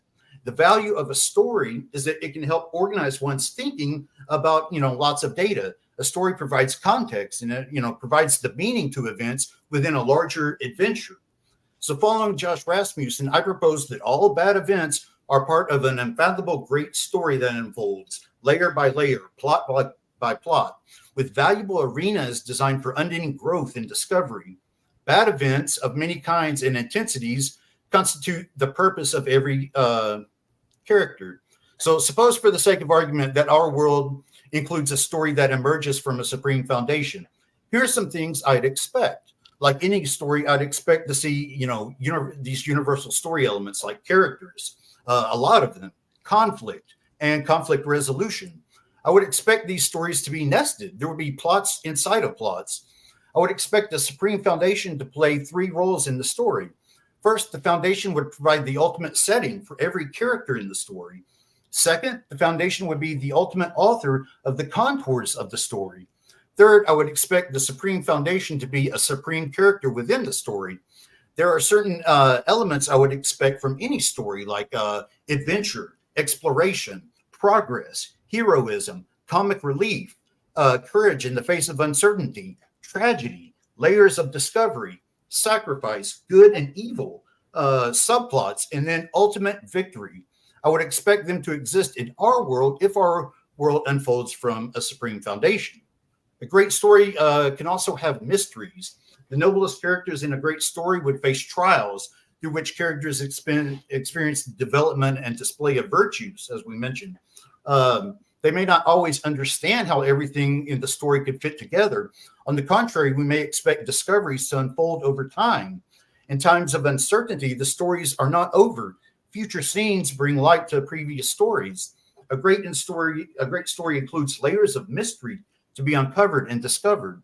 My proposal then is that if the foundation were supreme, the real story would have the elements of a great story. And interestingly, many events in the actual world have these very elements. There are characters like you and I. The characters have purposes and projects. There are plots inside of plots. There are tensions and triumphs, dramas and discoveries, pains and purposes, and so on. All of these are elements of a great story, and incredibly, all of these elements are elements of our own world. So in view of these observations, I may expect many unfortunate events to occur if the foundation would do a supreme story. Bad events in their general form are part of a great story because great stories include suspense and tragedies of various kinds. For that reason, by my lights, bad events aren't, necessarily surprising if God exists. Instead, their existence fits within the theory. I find these elements vastly more surprising on naturalism than the fundamental mind hypothesis. We can put these in the form of an argument that the probability of these story elements for every individual creature is more probable given a fundamental mind than its negation. And so that's going to be it. All right. Awesome. So, yeah, back to stop sharing. Over to the atheists to give their rebuttal uninterrupted. Okay. Travis, first of all, I've been looking forward to conversing with you for a while. Yeah, absolutely. We had some communication once before, and we had planned to do a show the first part of this year, and it just never happened. Oh, okay. Well, yeah. So I appreciate you restraining yourself from saying "sensus divinitatis," and I have restrained myself from asking people to drink. This is all an inside joke. yeah. So for people who don't understand it, sorry, Jordan. That upsets my sensus divinitatis. Yes. So this is I took a few notes, not many, and so I'll Yeah, it's going to be a lot to unpack. I know I went fast in those technicals, so I think I feel can free stay to within pass the away. I can stay within the 5 minutes though. I think because I'm leaving all of the technical stuff to Jordan anyway. Guess I didn't understand it. God uses evil to bring about good. This is kind of a theme of what I hear from your argument and Dale's rebuttal, and so I'm kind of combining some of that together. It's not that God created evil, but he's got this plan, and the world is fallen, and since it is, he's got no choice but to use evil to bring about his good. Now, No, if I make that claim that I use evil to bring about good, that wouldn't fly for me. But it does seem it sounds like, whether that's the argument that you're making or not, it very much feels like that. I see. And so one of the things that I would conclude then is that no God exists that could bring about good without using evil. It's not, and so if the definition of your God is an all good God with no evil and tempts no one with evil and doesn't use evil that way, then that God doesn't exist.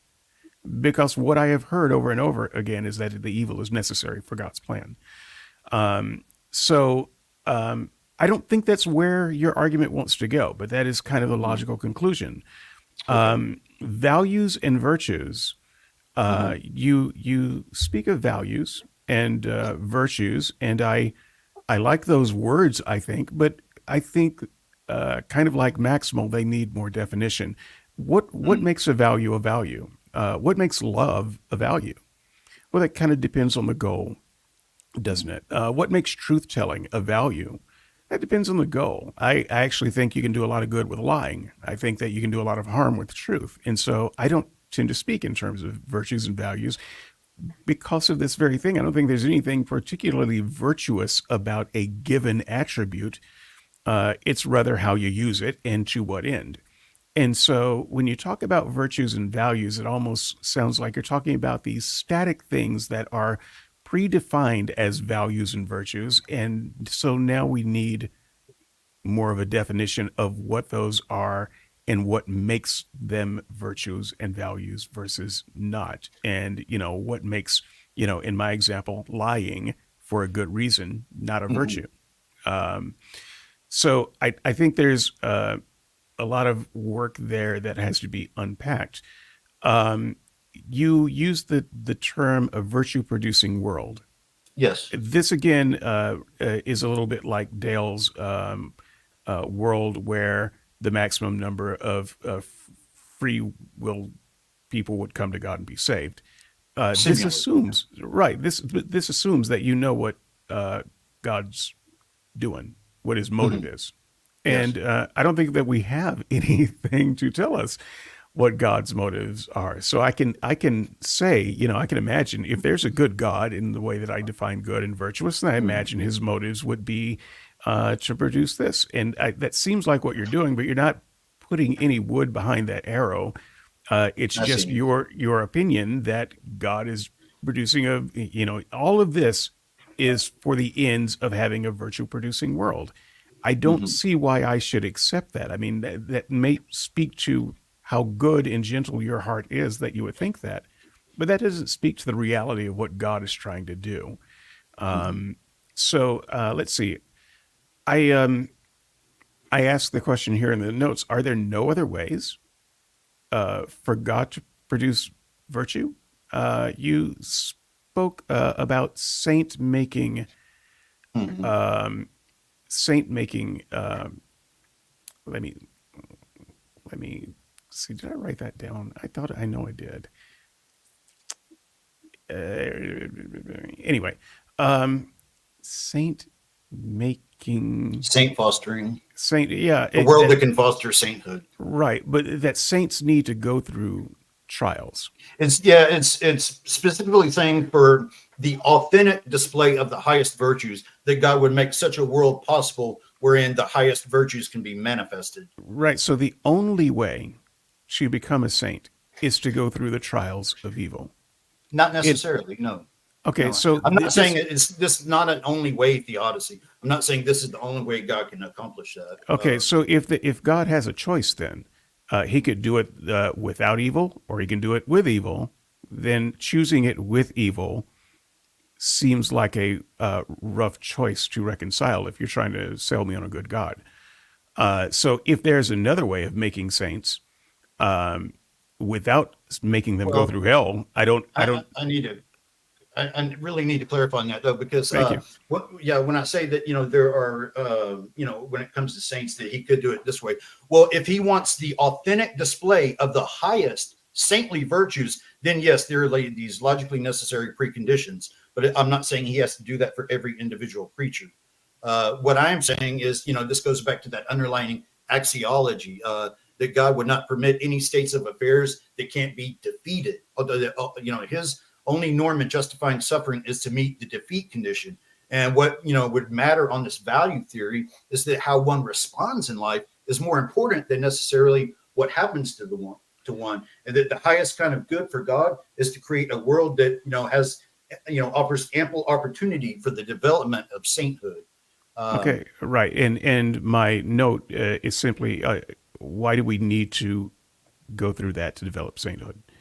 It seems like suppositional that somehow, in order to learn patience, we need someone to annoy us. In order to learn tolerance, for pain, we need someone to, shoot us in the leg. I don't fully understand the type of heaven that we are proposing if you've got to go through hell to be prepared to get there. What are we expecting in heaven that we need that kind of virtue for? Are we going to need patience, for instance, with our fellow heaveneers because they're so annoying and we just learn to grin and bear it? Are we gonna need to trust in God because we're gonna go hungry and starve sometimes in heaven? Right. So why exactly do we need that kind of harsh training ground for a perfected life in heaven? This is so. Look, you can come back and answer, but let me just finish the rebuttal. So that's a part of it. Almost done here. We talked about sainthood. I'm trying to look above and around my camera because it's right in the middle of my monitor. Highest number of people. Yeah, I can pass on that. So toward the end, you talked about stories and arenas, and I thought that was, very well said, almost winsome, but also cringeworthy on another hand, because it reduces the people who are going through real suffering in this world to characters in a story. It reduces this life, which is hell on earth for so many, to a game. It reduces so many people to what in video games, they call, and not just video games, but they call non-player characters, NPCs. Let me finish that thought. Okay. So the world needs someone like Hitler to kill those 6 million Jews so that the rest of us can learn a great lesson. But that makes such hash of those 6 million. The story in the Bible that comes to mind is the story of Job. All right, we all know the story of Job. There's no need to rehash it, but I bring it up whenever I talk about this subject because they're the ultimate NPCs in the Bible. It's Job's family. Job's who? You mean his wife? No, I mean his kids, his servants. They're just wiped. God just lets them be wiped out. We never hear from them. They don't get names. They're just, they're just there to be used to forward the plot. And that's what real life is for a lot of people. And it kind of hurts a little to hear that described as just, another hardship in the story onto the ultimate heroic end of the protagonists. Okay, so I'll let Travis come back, and then I do want to make sure if Jordan, if he has anything to say as well. Yeah, Travis. Okay. Travis. Do you want me to go ahead and discuss some of these issues, or do you want me to wait for Jordan? Actually, Why don't you respond to him, and then we can go back and. I don't want to overwhelm you with too much. Yeah, sounds good. Go ahead and give your response. Yeah, so no, I appreciate all of these valuable concerns about the argument, but unfortunately, none of them really kind of have much to do with the argument. So the first is the axiological framework that we're going to be going with. We're asking what God should be permitted to to allow, like what states of affairs could God allow, and there are different views on this. There are different axiologies. I specifically said that I'm going with Chisholm's notion of defeat rather than a normative ethical necessity condition, that God is in a unique position, qua God, such that he can take all of these events and integrate them into a valuable whole for every individual creature, whereas, we human moral ethical agents cannot. And, the thing with sainthood, what I'm saying is that the best possible world for God to create is a world where the highest, virtues could be displayed, where, that can foster sainthood. That is the highest good for God. And it's the underlying axiology, even with the story and the characters. It's not that they're reduced to characters, within a book. It's what I said before that. It's that, God would ensure the defeat of any suffering, that they will emerge triumphant, that there are these significant trials. But, part of theism is that theism entails an afterlife. It's part of the hypothesis of theism that has to be taken into consideration if you're doing an internal critique. And these agents can go on accumulating virtues into the afterlife. In fact, under my view, I think we do continue growing morally even in the afterlife. And so that's part of my view. So, some people come to, bad ends at the end of this life. But given theism, that tells us nothing about what they go on building. And I'm saying that God, being perfectly good, would defeat any suffering by taking that suffering and integrating it into a constitutive part of a valuable composite whole that outweighs and defeats the evil. So, a good example is, take something like sadness. Well, sadness is defeated by the compassion that someone has for a friend. It's not just compensated. It literally takes the evil and defeats it. And that's what I'm saying, that God would ensure the defeat of any suffering for any creature, even the animals. I think, when you look at like animal pain and suffering, I think, animals will be in the afterlife in defeat of their sufferings. I think they'll be like, miniature martyrs in heaven, that they will come back and they will look back on their life here on earth, and they will be thankful for the valuable part it played in sort of making them who they are. That's what when it comes to the story. Are you saying that the antelope will be thankful that the lion ate it? It will be thankful, yes, for the sacrifice. They're like miniature martyrs in heaven. This is John Schneider's word, that God would ensure the defeat of every suffering, even for the antelope that gets eaten by a lion. Yes, God would allow that creature to eventually emerge and reach its full telos as a creature. I'm saying God would ensure the defeat of all these sufferings for every individual creature.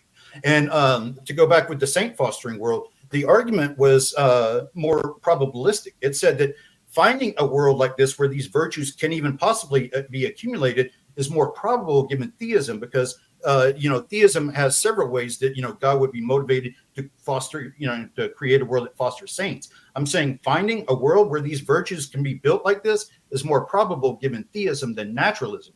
So that's the argument. And then with the story narrative, that's saying that God would kind of integrate all of these things that we go through, and that we would eventually emerge triumphant, that he will ensure the defeat of any evil. So in order for some X to be disconfirmatory towards the hypothesis of theism, it would have to obtain on the whole, not just at some temporary time t. With the axiology I'm going with, we're looking at what obtains on the whole. Then that's the axiology that we're going with. So there was sort of a miss of, you were sort of applying a necessity condition to a defeat condition. This went off a defeat axiology.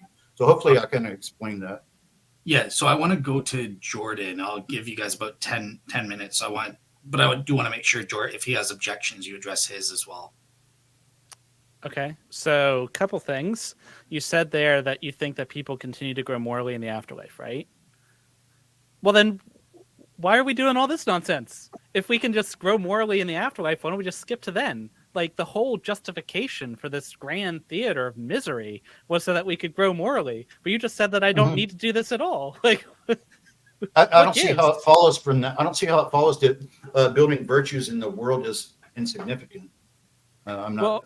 What I'm saying, that's the highest good for God to create is an arena that fosters saints in preparation for eternity with the being like God. But there are some instances where yes, the creatures go on developing morally into the afterlife. The afterlife is just entailed from the hypothesis of theism.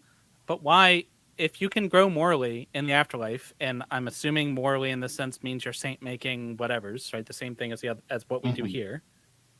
And presumably you don't think the afterlife is full of misery and suffering, right? Right. So clearly growing morally doesn't require misery and suffering. The authentic display of the highest virtues do. It depends on the virtue, but there are some virtues that do actually require, there are these logically necessary preconditions for the authentic display of the highest saintly virtues. Like a good example would be something like the martyrs of the early church, who they identified that as being united to the sufferings of Christ. That, I'm saying it's more probable that God would create a world that fosters the ability for people like saints and martyrs to exist. And, they start here on earth. This earth, this is a moral arena where they begin growing. And I'm saying that can continue into the afterlife in certain respects. So in the afterlife, you can grow morally in some ways, but perhaps not in others. Maybe it's not as good. Maybe you're training with lighter weights. You're not getting there as are strong. some things. Well, no, there are something, there are some states of affairs that, would have to obtain, like on this, like, forgiveness, stuff like that. There are, logically necessary preconditions for something like that. I'm just saying they can continue growing in a sense, even in the afterlife. And it's not so much, that they're it's in the defeat of their suffering. That's another kind of thing that got missed. In the afterlife, they're growing such that it entails the defeat of their suffering, not necessarily that, they're still trying to learn mercy and learn forgiveness. No, it's part of, the defeat of their suffering, that God would ensure that in some fashion, even if it requires, work being done in the afterlife. God would ensure the defeat. And so what I'm saying is that in order for some state of affair to be evidence against the hypothesis of theism, it would have to obtain on the whole, not just at some temporary time t. We're looking at what obtains on the whole. That's a defeat axiology. It seems a little cheap to say that, like, we need all this suffering now so we can grow. But just in case this isn't enough, don't worry. We've got a secret classroom in the other way. You won't suffer there. It'll be fine.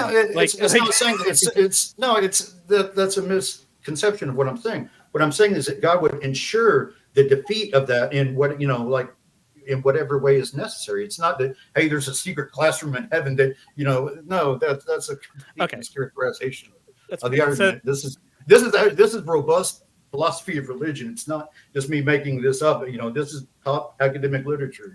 I mean, it being top academic literature doesn't mean it's right, but okay. Regardless, so you've got these virtues that you need for saint making or whatever.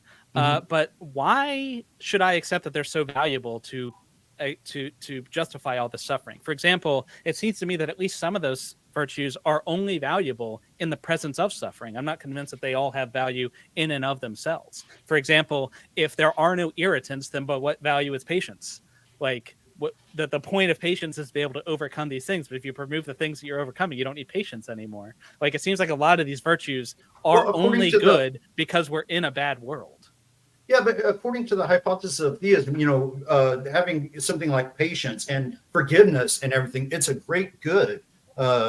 So I don't see that, because I would see that as it's not that, it defeats the evil. The evil, of somebody being, bad to us or whatever is literally defeated by forgiveness and charity and mercy. So I think those are good. Those are valuable things. They're positive attributes that, theism says, according to the hypothesis of theism, God values patience and everything.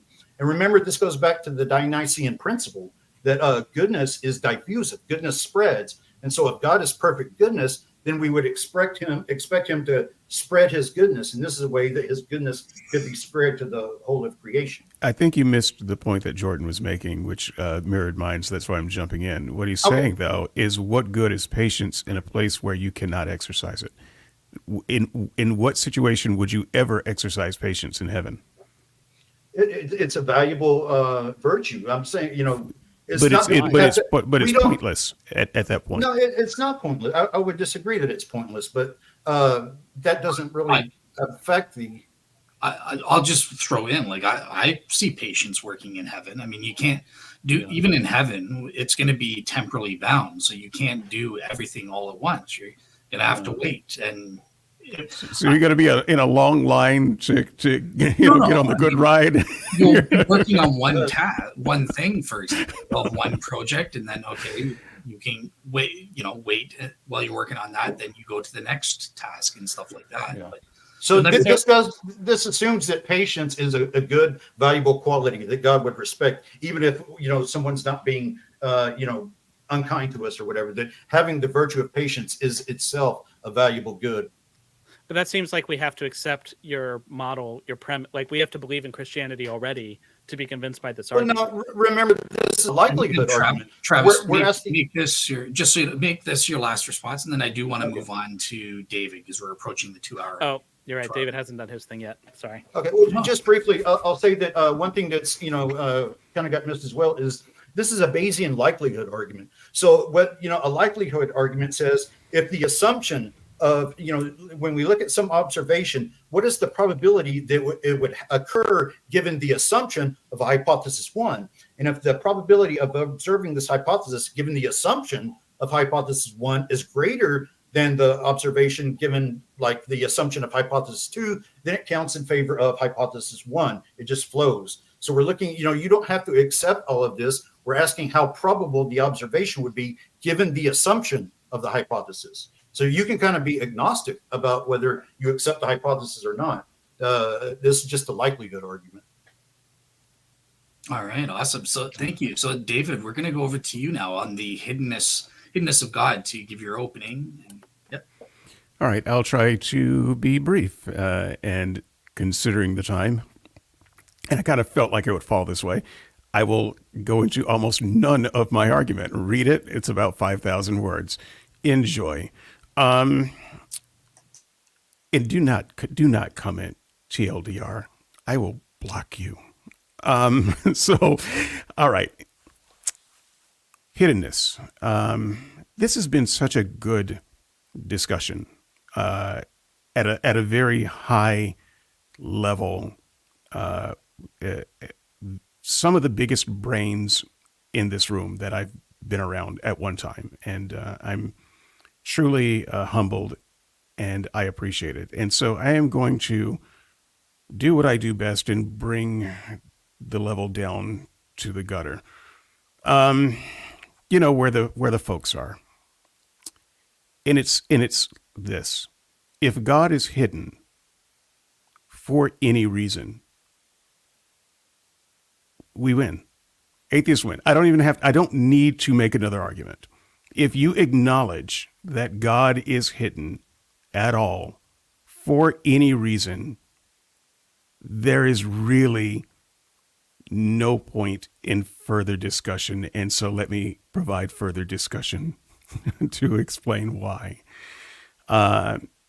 There are pretty much 3 approaches as I see it. I'm going to try to cram everything into 3 things because former preacher, we like 3 things.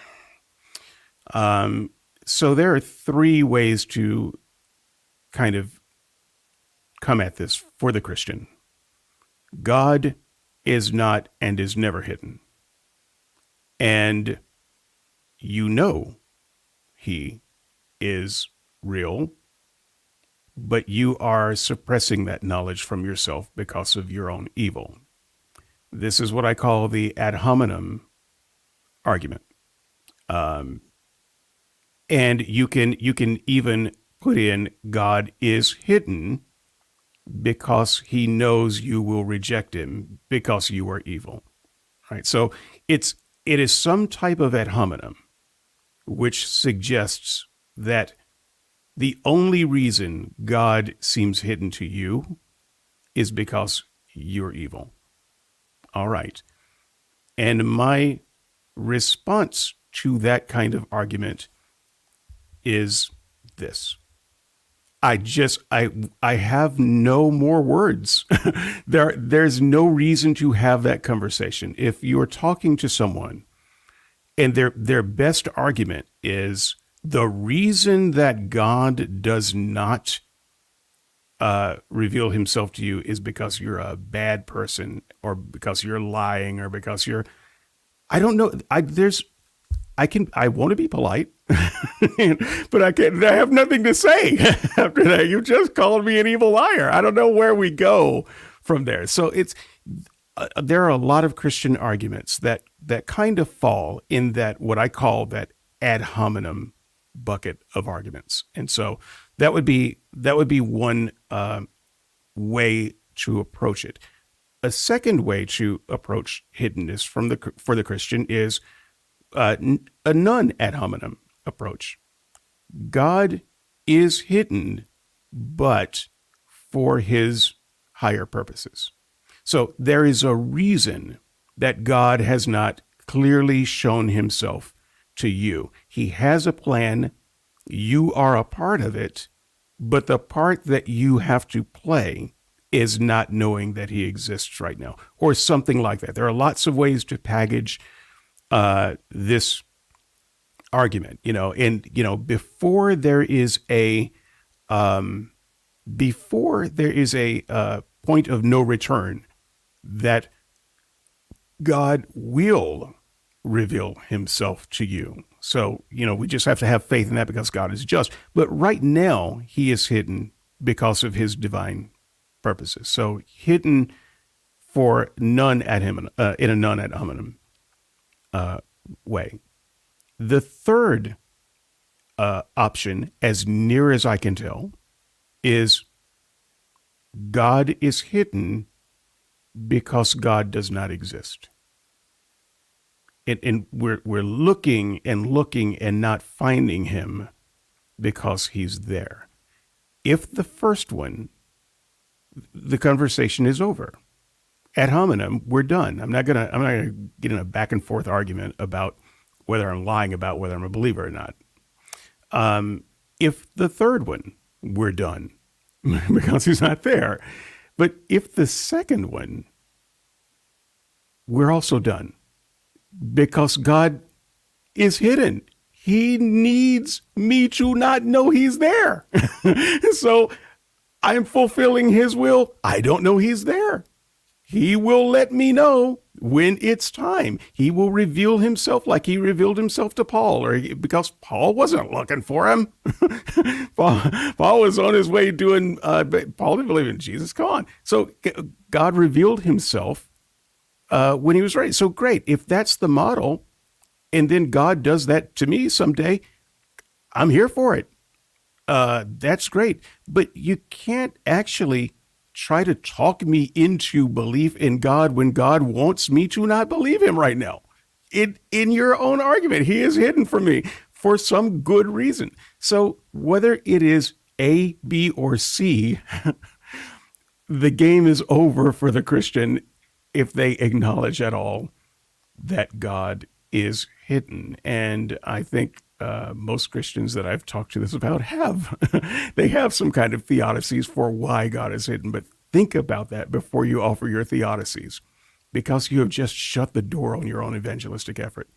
Great, cool. I'll call you when he's not hidden from me anymore. Bye. All right, awesome. So I had a. who's talking? So I'll provide the. Oh, you're a little delayed. I just had a clarifying question.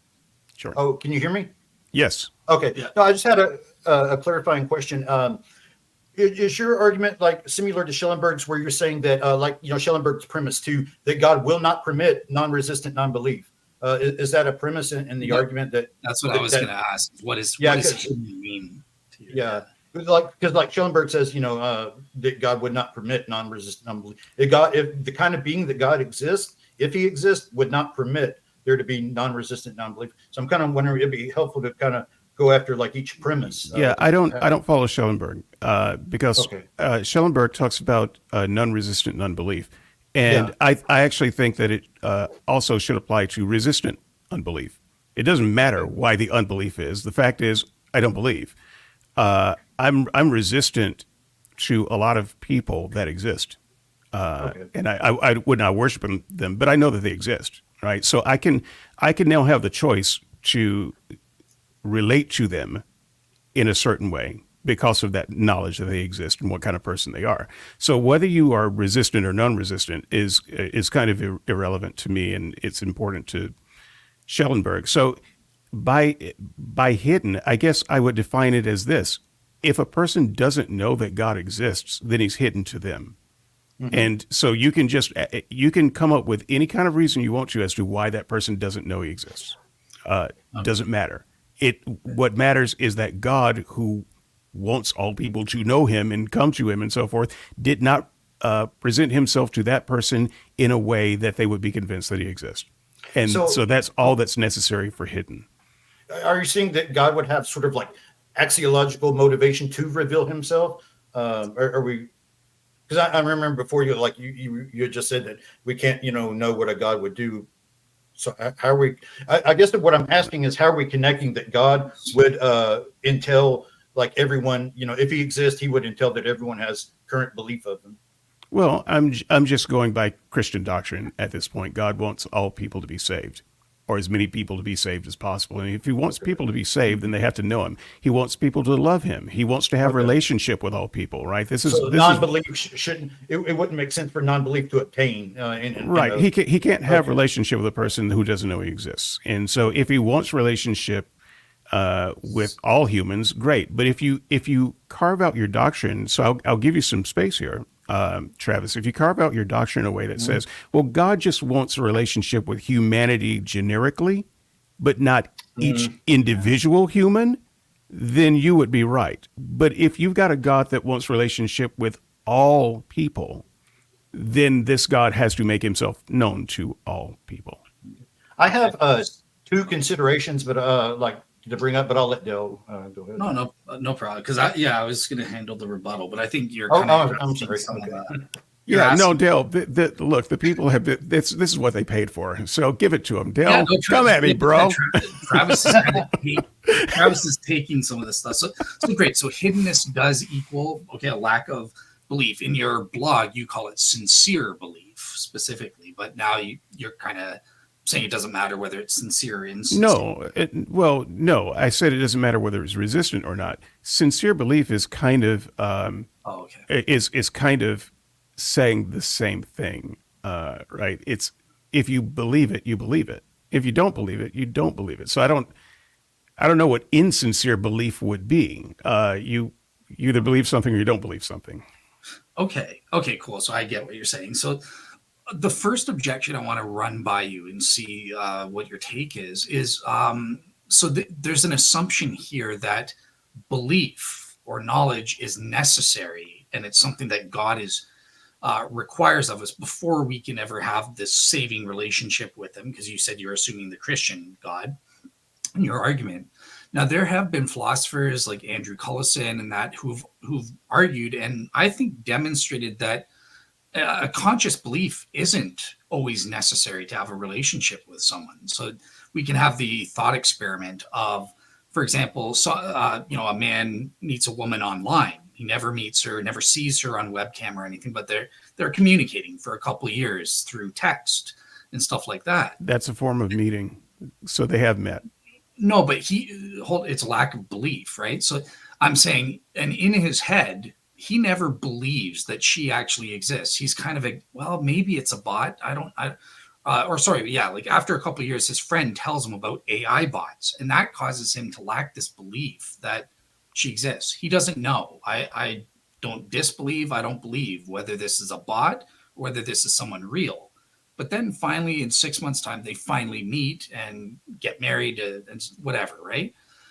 I think it makes sense to say, even during the 2 years, even when they had this, he lacked the belief, they still had a relationship. So that's the first objection that I wanted to label. Why would we have to assume that a conscious belief is necessary to have the end goal of a relationship? Yeah, I think the analogy is flawed, because you are talking about a person who, in fact, is having a relationship with something. He is communicating with something, and he knows that. He is communicating with that something is communicating with him. And so it's just a question of him of whether it's a human or a bot, but it is a relationship. And that is disanalogous to someone who is not having some kind of communication with a God, and they're just trying to figure out, what is that? I know I keep talking to this person and they keep, but I just can't. No, it's not. It's completely disanalogous. I don't think it is. I mean, because God relates to atheists all the time and stuff like that. I mean, in different ways and stuff. So Okay, well, we don't know it. We're not communicating consciously. And in your example, there's conscious communication. gotcha. Okay. Okay, cool. So yeah, I'm seeing in the private chat, Travis is. So we'll just go for maybe like another 20 minutes or so. Is that okay, Travis? Yeah. Okay. So yeah. So I guess I will just bring it to very quickly to my main objection, which is the Molinistic defeater, which came up during the problem of evil. But I think it's important for the audience to understand in this debate. Look, when the theists made their argument, we had that burden of proof. When the atheists are making the argument, whether it's the problem of evil or the hiddenness of God, they have the burden of proof. It's not an, and when I submit my Molinistic defeater, based on saying everything that happens in this world is factually necessary to arrive at that end goal, of saving as many free will creatures as possible. It's not enough to just say, well, I find it improbable. You do have to provide a reason for that, because like I said, I find it equally probable. Does that defeat you or not? Like you need to present a reason. So yeah, is there a reason why you would say my Molinistic defeater is improbable, that you can prove on a balance of probabilities that less souls would be saved hypothetically if God was more revealing himself one more instance or something? I understand the question. I understand the burden of proof argument. What I am suggesting is I'm sidestepping all of that. I don't care. And that is not just me saying, I don't care about your argument. No, what I'm making an argument that I don't care and that I don't have to care if God is hidden. And so it's not a matter of whether God has a good reason to be hidden, because that's encapsulated in the points that I gave. That's just a non ad hominem hiding. I don't know that God exists. He hasn't revealed himself for his own good reasons. I'm not even questioning those good reasons, right? So it doesn't even come into play. So you can come up with any good reasons you want. What I'm saying is that as the person who doesn't know that God exists, I don't have to care, right? So if God is when God is ready to communicate with me and have a relationship with me, He can, and according to Dale, he will. So right now, he's not. So from my perspective, as the person not being communicated to by a God, I don't have to care. So this isn't an argument for atheism. It's more an argument that you just don't, God exists, but you just don't have to care until he reaches out. Is that right? But it's not even an argument that God exists. If God exists and he has reason not to present himself to me, I don't need to care until he does present himself to me. And then I have to decide whether I would follow him or not. But right now, it is not even my choice that he is hidden from me. He has chosen to hide himself from me. Therefore, I don't need to care. I don't need to lose a bit of sleep over a thing that I can't control because it's part of God's plan. Seems like an argument for apatheism, kind of like it kind of is, and it is called for if the Christian proposition, if it is a God who wants relationship with me, who wants me to know my condition, who wants me to come to faith in him, to come to love him and be saved by him, because I can't do it. I do lay out in my written piece theological reasons why I can't do it. It has to come from God, and even Christians. Look, Dale and I have talked about this lots. It has to come from God, and therefore, it shouldn't be possible that a person that God wants to be saved doesn't know him. So here's how I would give a response to the apatheism argument then. So I would just say, okay, great. So we can, for the sake of argument, grant the Christian God exists and he wants a relationship with you. I would argue that you still have this duty, even if God is hidden.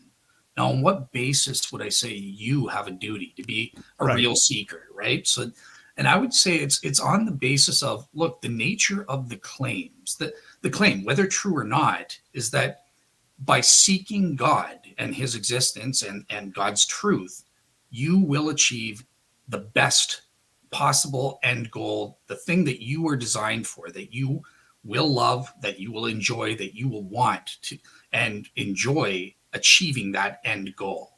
Okay, but your claim cannot transfer a burden of proof to me. Sure it can. Yeah, because you would, it's so important that you figure out the truth of whether that's true or not. Wait a minute. I think it's irrational to just say the Wait a best thing, I don't care. I don't have a burden until you make a claim about a God that's hidden from me, and now I have a burden because you claimed something.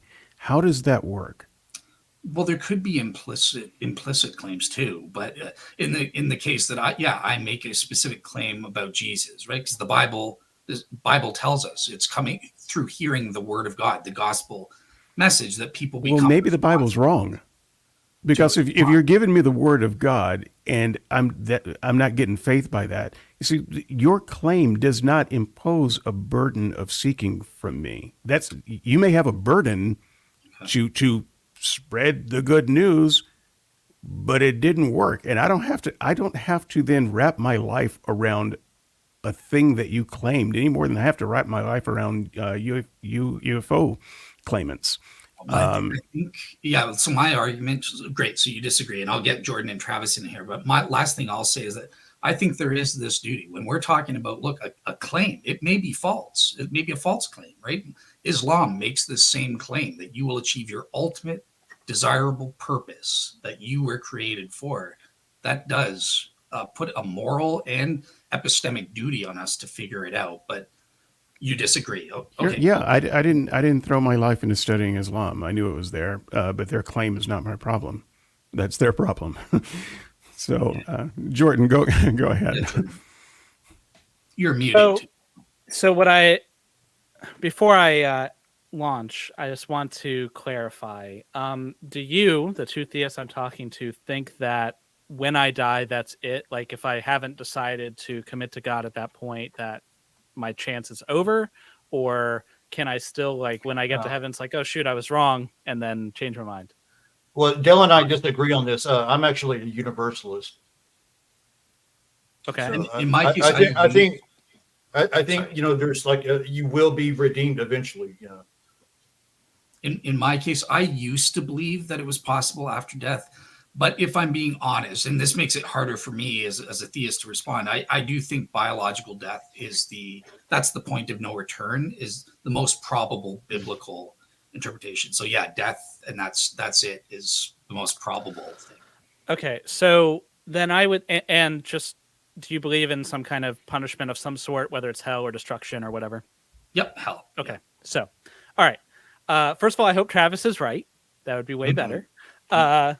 But and I actually agree. I think that if a deity exists that's benevolent, I think universalism is the most consistent way to go about it, personally. But I think that if you accept universalism, the problem of divine hiddenness loses a lot of its teeth, because okay, so he's hidden, maybe he has good reasons, but don't worry, when you get to the end goal, surprise, I was here all along.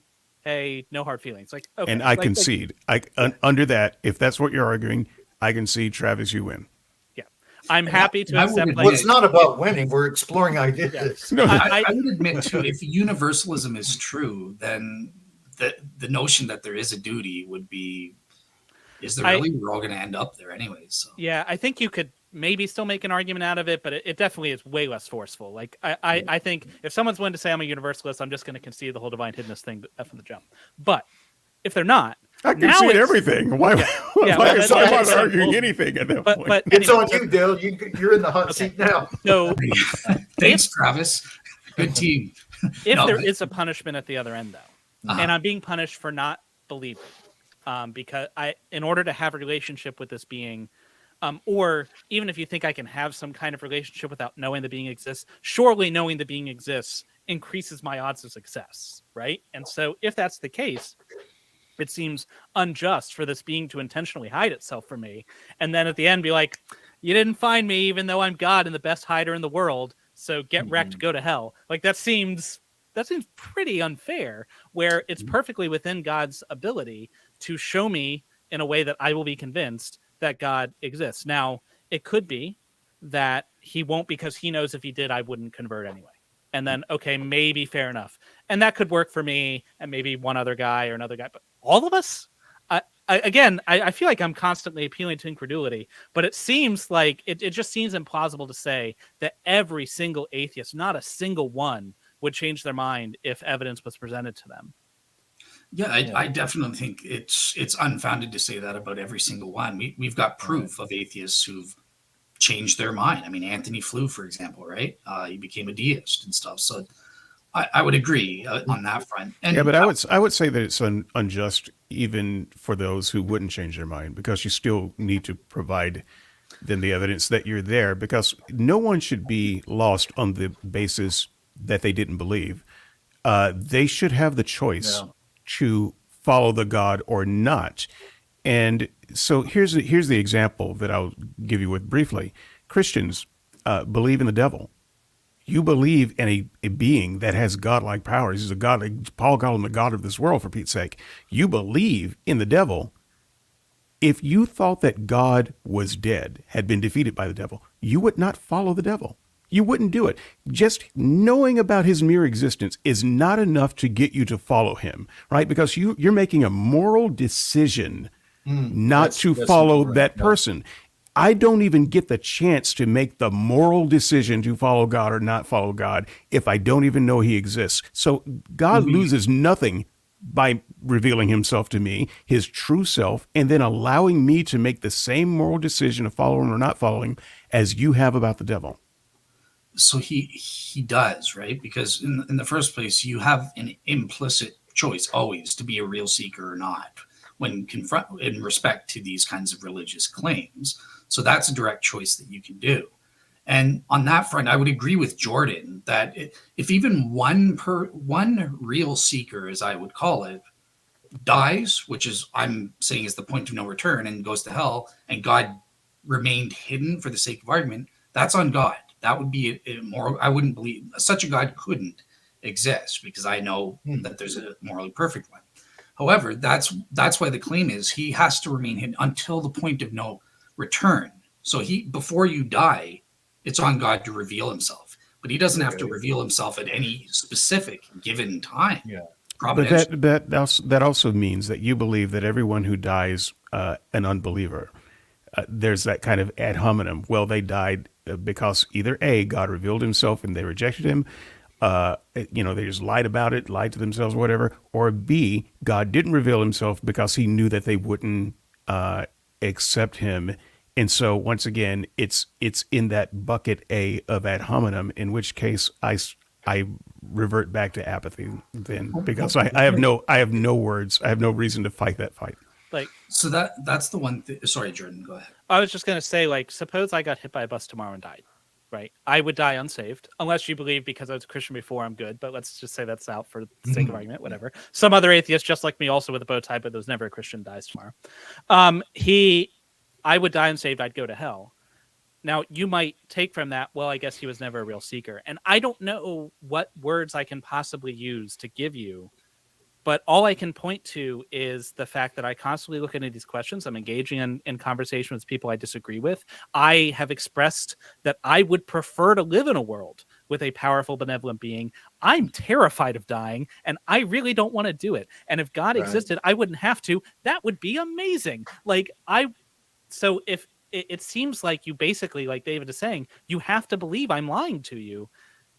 Well, so I'll be upfront, I hope, but not offending anybody. But Jordan, in your case, I believe you, based on what I know, I think you are a real seeker. David Johnson, as you know, I've told you, I don't think you are a real seeker. And that's because you explicitly reveal to me. You tell me that I have 3 criteria, right? And you specifically tell me that you you don't fulfill those criteria. So Yeah, I'm not a real seeker based on your criteria, but I have been a real seeker not only based on the criteria of yours that's possible to do, but beyond that. So I don't think that anyone has. And by the way, I don't even feel like I had to be a seeker of a God who's hidden, right? So I would be above and beyond by interrupted. So sorry about that. I just wanted to clarify that. So you can say that I'm not a real seeker now. I agree with you. We can debate the real seeker criteria. We've done that on shows, but I'm just saying the point that I'm trying to raise here by raising this is that, look, on the same token, you guys have to admit there are atheists who aren't real seekers. It happens. There are a lot of them in the world that don't seek, and then that's where we get to the first question. So, okay, but why is God a matter of hide and seek? Why does he? It's God who has made this weird requirement that in order to be a good kingdom person, you can't just know me. You have to come look for me. You've got to feel some vague yearning in your heart and start and twist your life around seeking for a thing you don't even understand. Why are we playing this game at all? Why? Why? So Travis was going to answer, I think, right? Well, I was just gonna. I had two things. One kind of really got answered already, so I just had one issue that I was just gonna kind of bring up with regards to hiddenness. The first was like, Trent Doherty has a paper that we can start from any level of like very little belief, and then we epistemically grow and grow and grow. But that was kind of addressed like with the universalism that God will at some point reveal Himself to every single creature, such that they will come to know, see that He was there, and so on and so forth. So we kind of addressed that, but there was another consideration of different models of theism. Like I'm Eastern Orthodox, and a lot of Orthodox would hold to apophatic theology. So an apophatic theologian is going to agree that God is hidden because his essence is incomprehensible. So they would kind of agree with you that He's hidden, but they would disagree that that's a problem. So an apophatic theologian may say that it's through accumulation of the virtues and putting to death our sinful passions and everything, and following the liturgy and so on and so forth, that we eventually come to experience God mystically. But His essence is just so far beyond us that we have no way of knowing or even suggesting that He would reveal Himself at every time to every creature. In fact, He's hidden on purpose. And such that you accumulate virtues and experience Him mystically, and that's the only way. So I was just wondering how that would kind of work with an argument from hiddenness, with respect to like an apophatic theologian. Okay, but what you said was you accumulate these virtues and so forth, right? And I would put to death the sin, right, put together, right? But yeah. Why? See, I don't think that you could do that. You follow the liturgies and stuff. Why? That's assuming a religious background. A theistic religious background. And so why would you ever put on virtues that you didn't have to, or put away the sinful condition, or follow any liturgies if there is no God? If there is no God, sure. But it assumes the answer. You'll come to be able to know of God's Spirit when you do all of these things that require you to kind of believe in God in the first place. Sure. It's okay. So that's I don't think that works for me. It's kind of like when I'm told sometimes like I'm an atheist and people are like, well, do you pray every day? That's why you don't know. That's like, well, do you think I'm going to talk to myself? Like, I don't think God exists. Why would I do all this? Right. Yeah. So this is more his ontological nature is like His essence is incomprehensible, and we only know Him by His like energies or activities and so on. But it kind of presupposes a certain theology. So now I will say that like if kind of like we said with Travis, if you told me that when you die, God's gonna be like, hey, I understand you have questions. You can ask me any questions you want. Here I am. I'll explain everything to your satisfaction and then make your choice. If that's the way it works, then I have no objections. Then everyone gets a fair shake. They had their shot, and if they make their choice, like then I have no problem at all. My only problem comes in when death is the end. I understand. Yeah, I agree with that too. All right, cool. So since this was David, I can give you a quick last word, but I just want to. We are at the 2.5 hour mark, and I know Travis has got to go. So I just want to ask for That's like the audience. first half of a Skeptics and Seekers. Bunch of wusses. So I just want to. We have some audience questions. So in the first place, we have Phil Bear, who's a famous Christian philosopher and a friend of mine as well. But so this is addressed to Reason to Doubt, but anyone who wants to cover it. So he says your argument from evil relies on a sound definition, but what is your basis for the reality of suffering if there is no God? So I guess this is for the atheists. So Yeah. I mean- I'm sorry. I don't I'm see sorry. why I need a God in order for suffering to exist. There's like the suffering, meaning like pain, emotional turmoil, that sort of like pain at a fundamental level is easily traced back to harm avoidance, which you can easily explain through evolutionary means. And so if you have a mechanism where harm is avoided by a creature, it'd be more likely to procreate, and that's why creatures would be able to suffer and would not like it, so that they'll avoid putting their hands in fire because it wouldn't be good for them, right? And from there, everything else follows. So I don't think you need a God in order to explain the existence of suffering. I think he might be. Is he asking like about epistemic probability? Because that would be a little different. That's saying, like given, like philosophically speaking, given the range of possible outcomes of naturalism, like why should there come to be a contingent reality with complex creatures who can suffer in the first place? And Harm avoidance. I don't know if he's saying like what is the epistemic probability given naturalism that should come about. I think he's asking. Given naturalism, how probable. He's saying why is suffering problematic in the first place? Oh, okay. It's only problematic if there's a God. Honestly, otherwise it's just nature red in tooth and claw. If you're asking why it's morally problematic, it's not morally problematic. It's just our condition. It only becomes morally problematic if there's a moral being who's overseeing it. Yeah. Gotcha. If there's a moral being up top and isn't doing anything about it, then it's a problem. If there's no moral being up top, then that's just life. Hey. Yeah. Okay. All right. So here's a similar question, but for the two theists. So Okay. Vulture asks, is evil explained by sin? And I'll just answer in one word, yes. I think that all evil, that includes natural evil, is brought about by sin. So I have a different notion of origins than Travis is going to. What did the antelope do? I mean, Man, you don't know that antelope. That was the cruelest. he knows what he did. To be fair, I don't think that really answers the problem of animal pain. I think it does because I have a different, okay. but I differ with you, and I have a very, as David Johnson knows, I have a very weird notion in Genesis and the story of creation. So yeah, I don't know if I want to get into that, but I do believe I'm kind of a young earther on the question that all death and suffering came in through Adam and Eve's sin.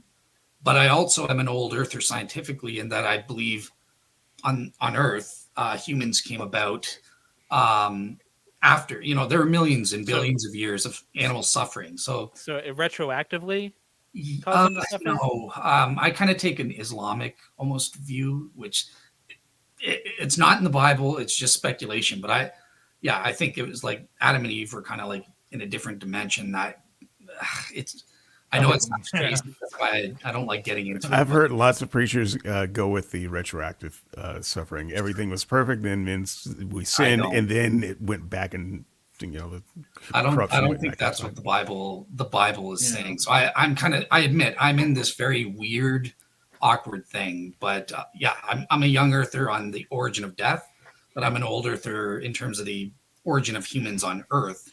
So I have to come up with this ad hoc, admittedly, explanation. I will do you the favor of not pressing you on that on camera. Yeah. But if we have some time to talk afterwards.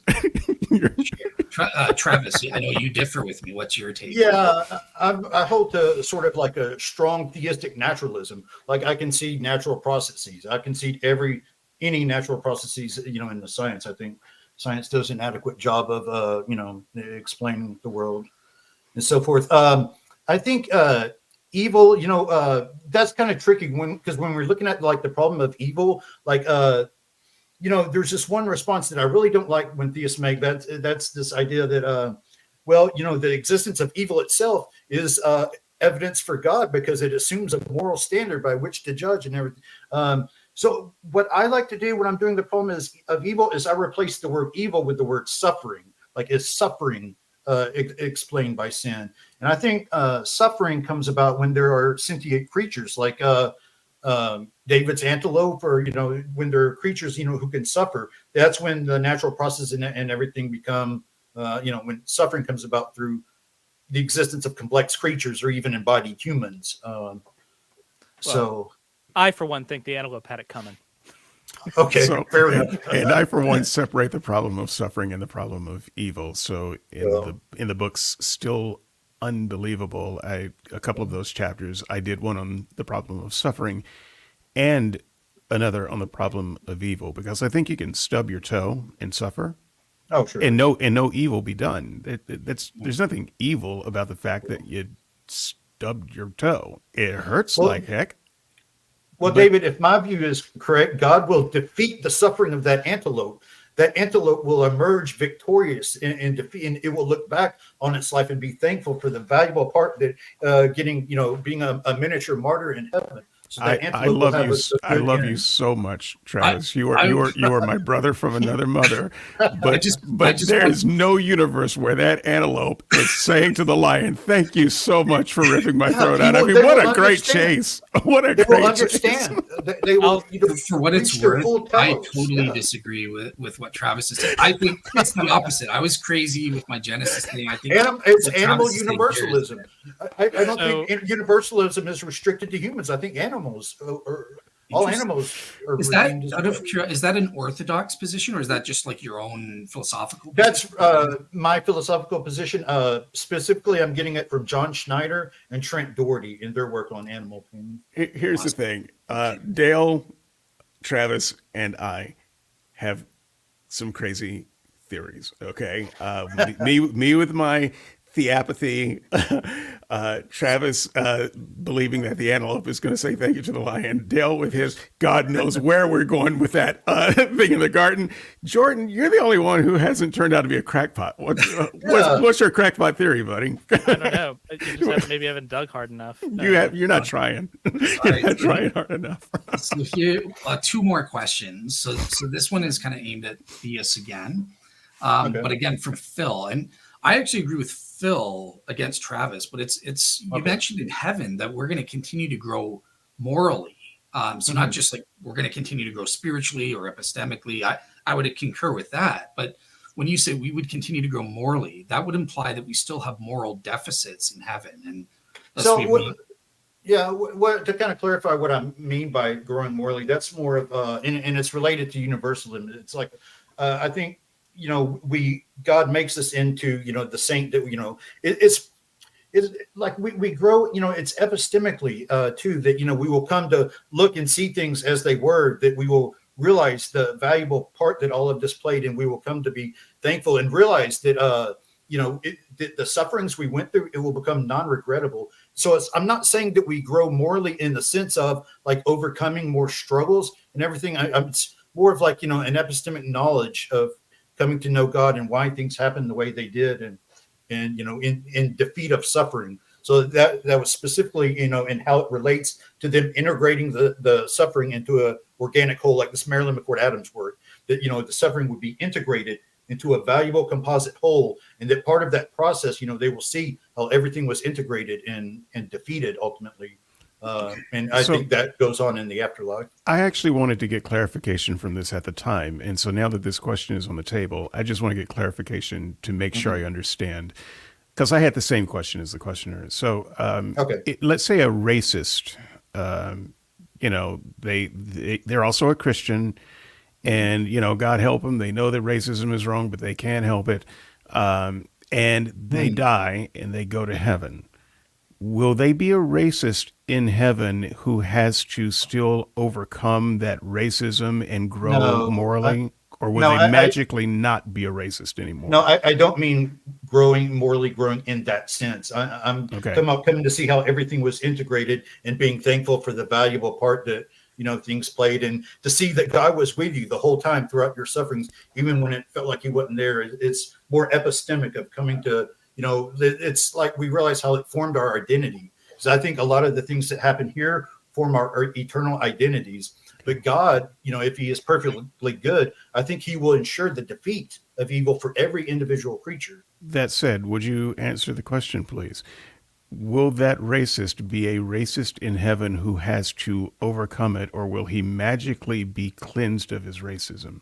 Well, I answered. I said, no, I don't think he will be racist in heaven. So he would just be changed, right? Well, I think, if you're racist, that's sort of being condemned. I'm not sure that, if you have fault, you don't really enter into heaven. So that gets into the idea of like, they don't know better, right? Okay, I don't know. I will let it go. That doesn't make that. Well, no. Well, I want to address it because I think that's what the question, the kind of thing they were asking. Somebody like that wouldn't be permitted into heaven. That's more of like growing. Think of like the temporary like phase of hell. Like under universalism, hell is more reformatory. So I do think there is moral reform that can go on in that sense, but I don't think it's growing in the sense of like, overcoming people being mean to you and things like that. So it's the good place. Yeah. Okay. All right. So this one is for the atheists on hiddenness. So I think I've covered the 4 things here. So if I don't know that the Statue of Liberty exists, it does not follow that it is hidden. That is nothing more than just raw ignorance. So this is kind of responding to the hiddenness argument proper for atheists. Actually, it does mean that it's hidden if the Statue of Liberty is sentient and doesn't want me to know it's there. Okay, then it's hidden. Otherwise, it's just a dumb piece of stone. So either God's hidden or he's a dumb piece of stone. I don't understand how this question helps the Christian questioner. God's supposed to be everywhere, right? That's one of the features of God. And the idea is that I, through ostensibly no fault of my own, am unaware. I'm ignorant of God's existence. And so in that sense, he's hidden from me. Maybe he's not hidden from everybody, but he's hidden from me. Travis? Yeah. What I'm thinking he might be saying is that, hey, well, given natural theology and everything, maybe he's not hidden. But for me, given natural theology, there's no God. So I don't know what we're. Well, okay, a lot of philosophers disagree with that. But I'm just assuming yeah, I see. He said that's begging the question, and you say he's a philosopher, and I'm just going to have to believe you because he's not talking like one. But it's fine. So it's not begging the question. I'm saying that you said natural theology, where basically nature cries out and et cetera, et cetera. Yeah, I'm not convinced by nature. It's not convincing to me, and God knows that. God knows that, and he knows, moreover, exactly what evidence would be persuasive to me. And he has in his power the ability to give me that evidence at any time he wishes. Yeah. And so on my view, I would just say that, it's part of that defeat, like, what obtains on the whole, and that on the whole, he will eventually reveal himself to you such that, you will come to see how he was with you when you didn't even think so, and so on and so forth. Well, like I said, I think given his goodness, he will at some point, but at some temporary time he may be hidden, for some value. Dale is really the one who should be responding to that, because we're on board with Travis. I mean, Travis is right. I'm good. We're on the universal train. So. Gotcha. Yeah. Remember, I said I wanted to lower the theism bar as much as possible. You got it, buddy. You and Craig. I mean, you guys. The bar is down there. So I have. So I'll just give Phil just gives this final thing. You guys can come back and then we'll close out. But what if he's? Sorry, you read it. Go ahead, Jordan. No, never mind. We'll save time. You go. Say what you want. Well, this point is ridiculous. I don't know any nice way to say it. It's just absurd. So what if he has given me the evidence, but I'm not aware of it or not convinced by it? Well, then he hasn't given it to me, has he? Like, if I am not aware of the evidence, then in no relevant sense have I been given it. It's like I gave you evidence of the murder. No, you didn't. Yeah, I put it under the Great Wall of China. You don't know about it? That's your fault. Like, what are you talking about, dude? Like, we'll see. Okay, so here's where I will come in, and I'll defend what he's saying, right? Because he has provided sufficient means for anyone and everyone who is a real seeker to come to faith before. That's an assumption. That's a presupposition. No, but that's the claim as a defeater. Right. That's the claim. Your burden of proof on your hiddenness argument, right? So as a defeater, I don't have a burden of proof. I'm presenting you with defeaters, undercutting defeaters, which don't have a burden of proof. They're just, you have to defeat those defeaters kind of thing, right? So I can defeat it right now. No, he didn't. Yeah. So, all right. And if anyone would know, I would know. Yes, he did. But, here's the thing. You, Dale, cannot possibly know if I have been provided the evidence. You assume I have. But I am telling you, I have not perceived this evidence. I'm not aware of it. And the only person who can know that is the person in my head, right? I'm the only person who has that knowledge. No, but I think you guys are missing what Phil's trying to say here. That's what I'm trying to say is that the evidence is there. It may not be privy to you at this time, right? Let's hear Travis. Gus Travis is the nicest of us by far. I think this is a valuable question, and I think it's truth seeking. So I think it's valuable. I do think it's valuable. But what I was going to say is, as a theist, like, let's say I'm responding to Schellenberg. I would grant the premise that there are, in fact, non-resistant non-believers. Like, I grant that. I don't think we should deny that. And I'm wondering if that's what the argument is trying to do, to say, well, there aren't really non-resistant non-believers. I think that's what he is saying. It's in the ad hominem bucket that I talked about. It's the Romans 1 bucket. But I will give an example of this that maybe helps both him and the Christian and forms a bridge. Let's say Einstein explains his laws of relativity to a 6-year-old. And he says to the 6-year-old, now draw the trajectory that gets the rocket to the moon. And the 6-year-old says, what? and Einstein says, I just explained it to you. You have all of the information. I just told you. What? And this is, I feel like what you guys are saying is, God showed you. He's right there. He's shown you the evidence. And I'm like, what? I just see a tree. Right. But you see the splendor of the universe. Right. So I feel like there's kind of a miscommunication. Yeah. So the evidence is there, right? And it's on the theistic defeaters claim, and it's sufficient. It should be sufficient for any and all real seekers or anyone that's qualified, right? However, I will admit this, that remember that the whole thing about the point of no return. So I believe I was a real seeker for 8 years, and I saw the evidence. I had the shroud evidence. I had the historical evidence for the resurrection, and yet I wasn't a believer. I wasn't committed. So God, through the Holy Spirit, didn't click that yet, right? But that's why I think there can be real seekers where God hasn't done his duty to reveal the truth yet, but it's because he doesn't have to do it at all times. We can say that the claim is, as long as he does it before the point of no return, that's sufficient. Now, the last thing I just want to say is that we have to be honest here. And I think the vast majority of atheists are not real seekers, though. They're not they say they're into the evidence and they say they're into the truth. My honest assessment, not offending anyone, I don't think the majority of them are, but I do admit that there are some that do that. And even if there's only one, that's enough to say, yeah, the hiddenness takes over and we have to rely on the greater good and that sort of thing. Go ahead. Well, Jordan. So I would just say, though, I think that the prevalence of real seekers among atheists is probably about as equal as it is among Christians. And yet the people who are Christians and not real seekers, they get in anyway because they happen to be born into a Christian household. They lived in America. It's majority Christian. Whatever factors led them to it, they got there. And that also seems kind of unfair that, And I would agree if by Christian you mean people who claim to be Christians as opposed to like true Christians. I don't want to get into that whole can of worms. So. Right. Okay. Thank you. Fair enough. All right. I'm not going to judge Christians as not real believers, and I don't want Christians judging me as not sincerely having been open to a God. So I guess that's between me and the God that I don't know. And once again, if I have done it wrong, if I've done it wrong, I'd love to know.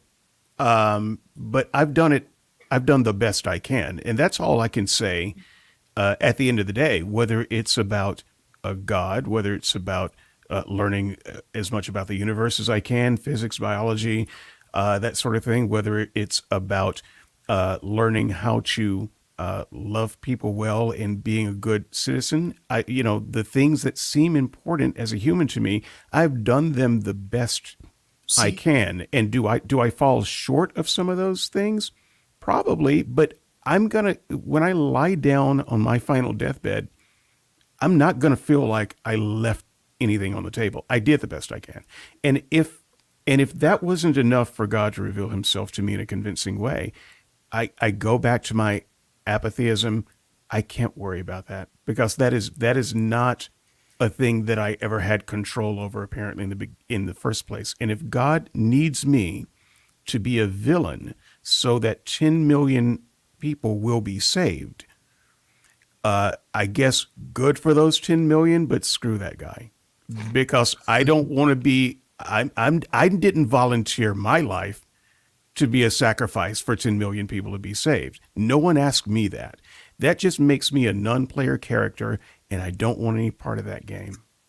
Okay, I feel like I should just explain quickly why I'm saying David's not a real seeker in my books. No, that's not needed. Or just so it doesn't look like I'm being judged. Yeah, let's maybe not. But no, it's okay, because I have told him, we've talked many times, I am not anything near what his criteria is of a real seeker today. So I can save him. That Dale is right. I am not a real seeker today. That does not mean that I wasn't, but I would. Okay, that's true. So. That's true. Maybe you were a real seeker at time in the past, but as of today, you admit you're not open-minded to the Christian God being real. You've told me there are a lot of things I'm not open-minded to, but I got to tell you, if an alien ship lands on my house, and they come down and have supper with me and do a vivisection, look, I'm going to believe. All right, so I'm not open to them. But they have a way of making me open. And there are lots of things that I'm not open to. I don't think that that's necessary for epistemology. Right. So I'd also say that if he was ever a real seeker, then God would have been responsible for giving him that evidence during the period he was a real seeker, it seems like. I think you need to be a real seeker up until the point of no return. Oh, you can't slack at all. You make 70 years as a real seeker, and you know what? I'm just going to retire for a year. I think you know what? If you just done one more day. Yeah, I think if you just abandon it, it doesn't work. But anyways, we'll move on because so I think that's it for the show. Thank you guys for coming on. It was a good show. I think you guys did well in handling all of the arguments. I will admit that I am disappointed in my own performance in the rebuttal on the ontological. So I might do a follow-up thing just to give a better response. But other than that, hey, you can always. I thought it was great, but you can always come on my show and we can. I think there are a few things I wish I'd responded to better, but that's cool. But other than that, overall, I'm totally happy with the show and how it went. So thank you guys for coming on. Yeah, you know what? That's good. That's part of the value of dialogue is you come to see if you're stumbling in the wrong direction or somewhere, or maybe I could polish my argument a little better by X, or that's part of the value of these kind of dialogues. All of our arguments sound great in our heads until they get tried, and that's what this is. And so I really appreciate it. And next time, get me a partner who has some kind of wacky theory about something. Don't give me another one of these normals. What the heck? I think all of our arguments sound better in our head, except for David's. His buttery smooth voice sounds way better in reality. There you go. All right. Awesome. So thank you so much, guys. And next week, I will be having David Kimball Cook on to talk about miracles and the resurrection. So look out for that. I love David Kimball Cook. Tell him hi for me. I will. All right. There's the red button.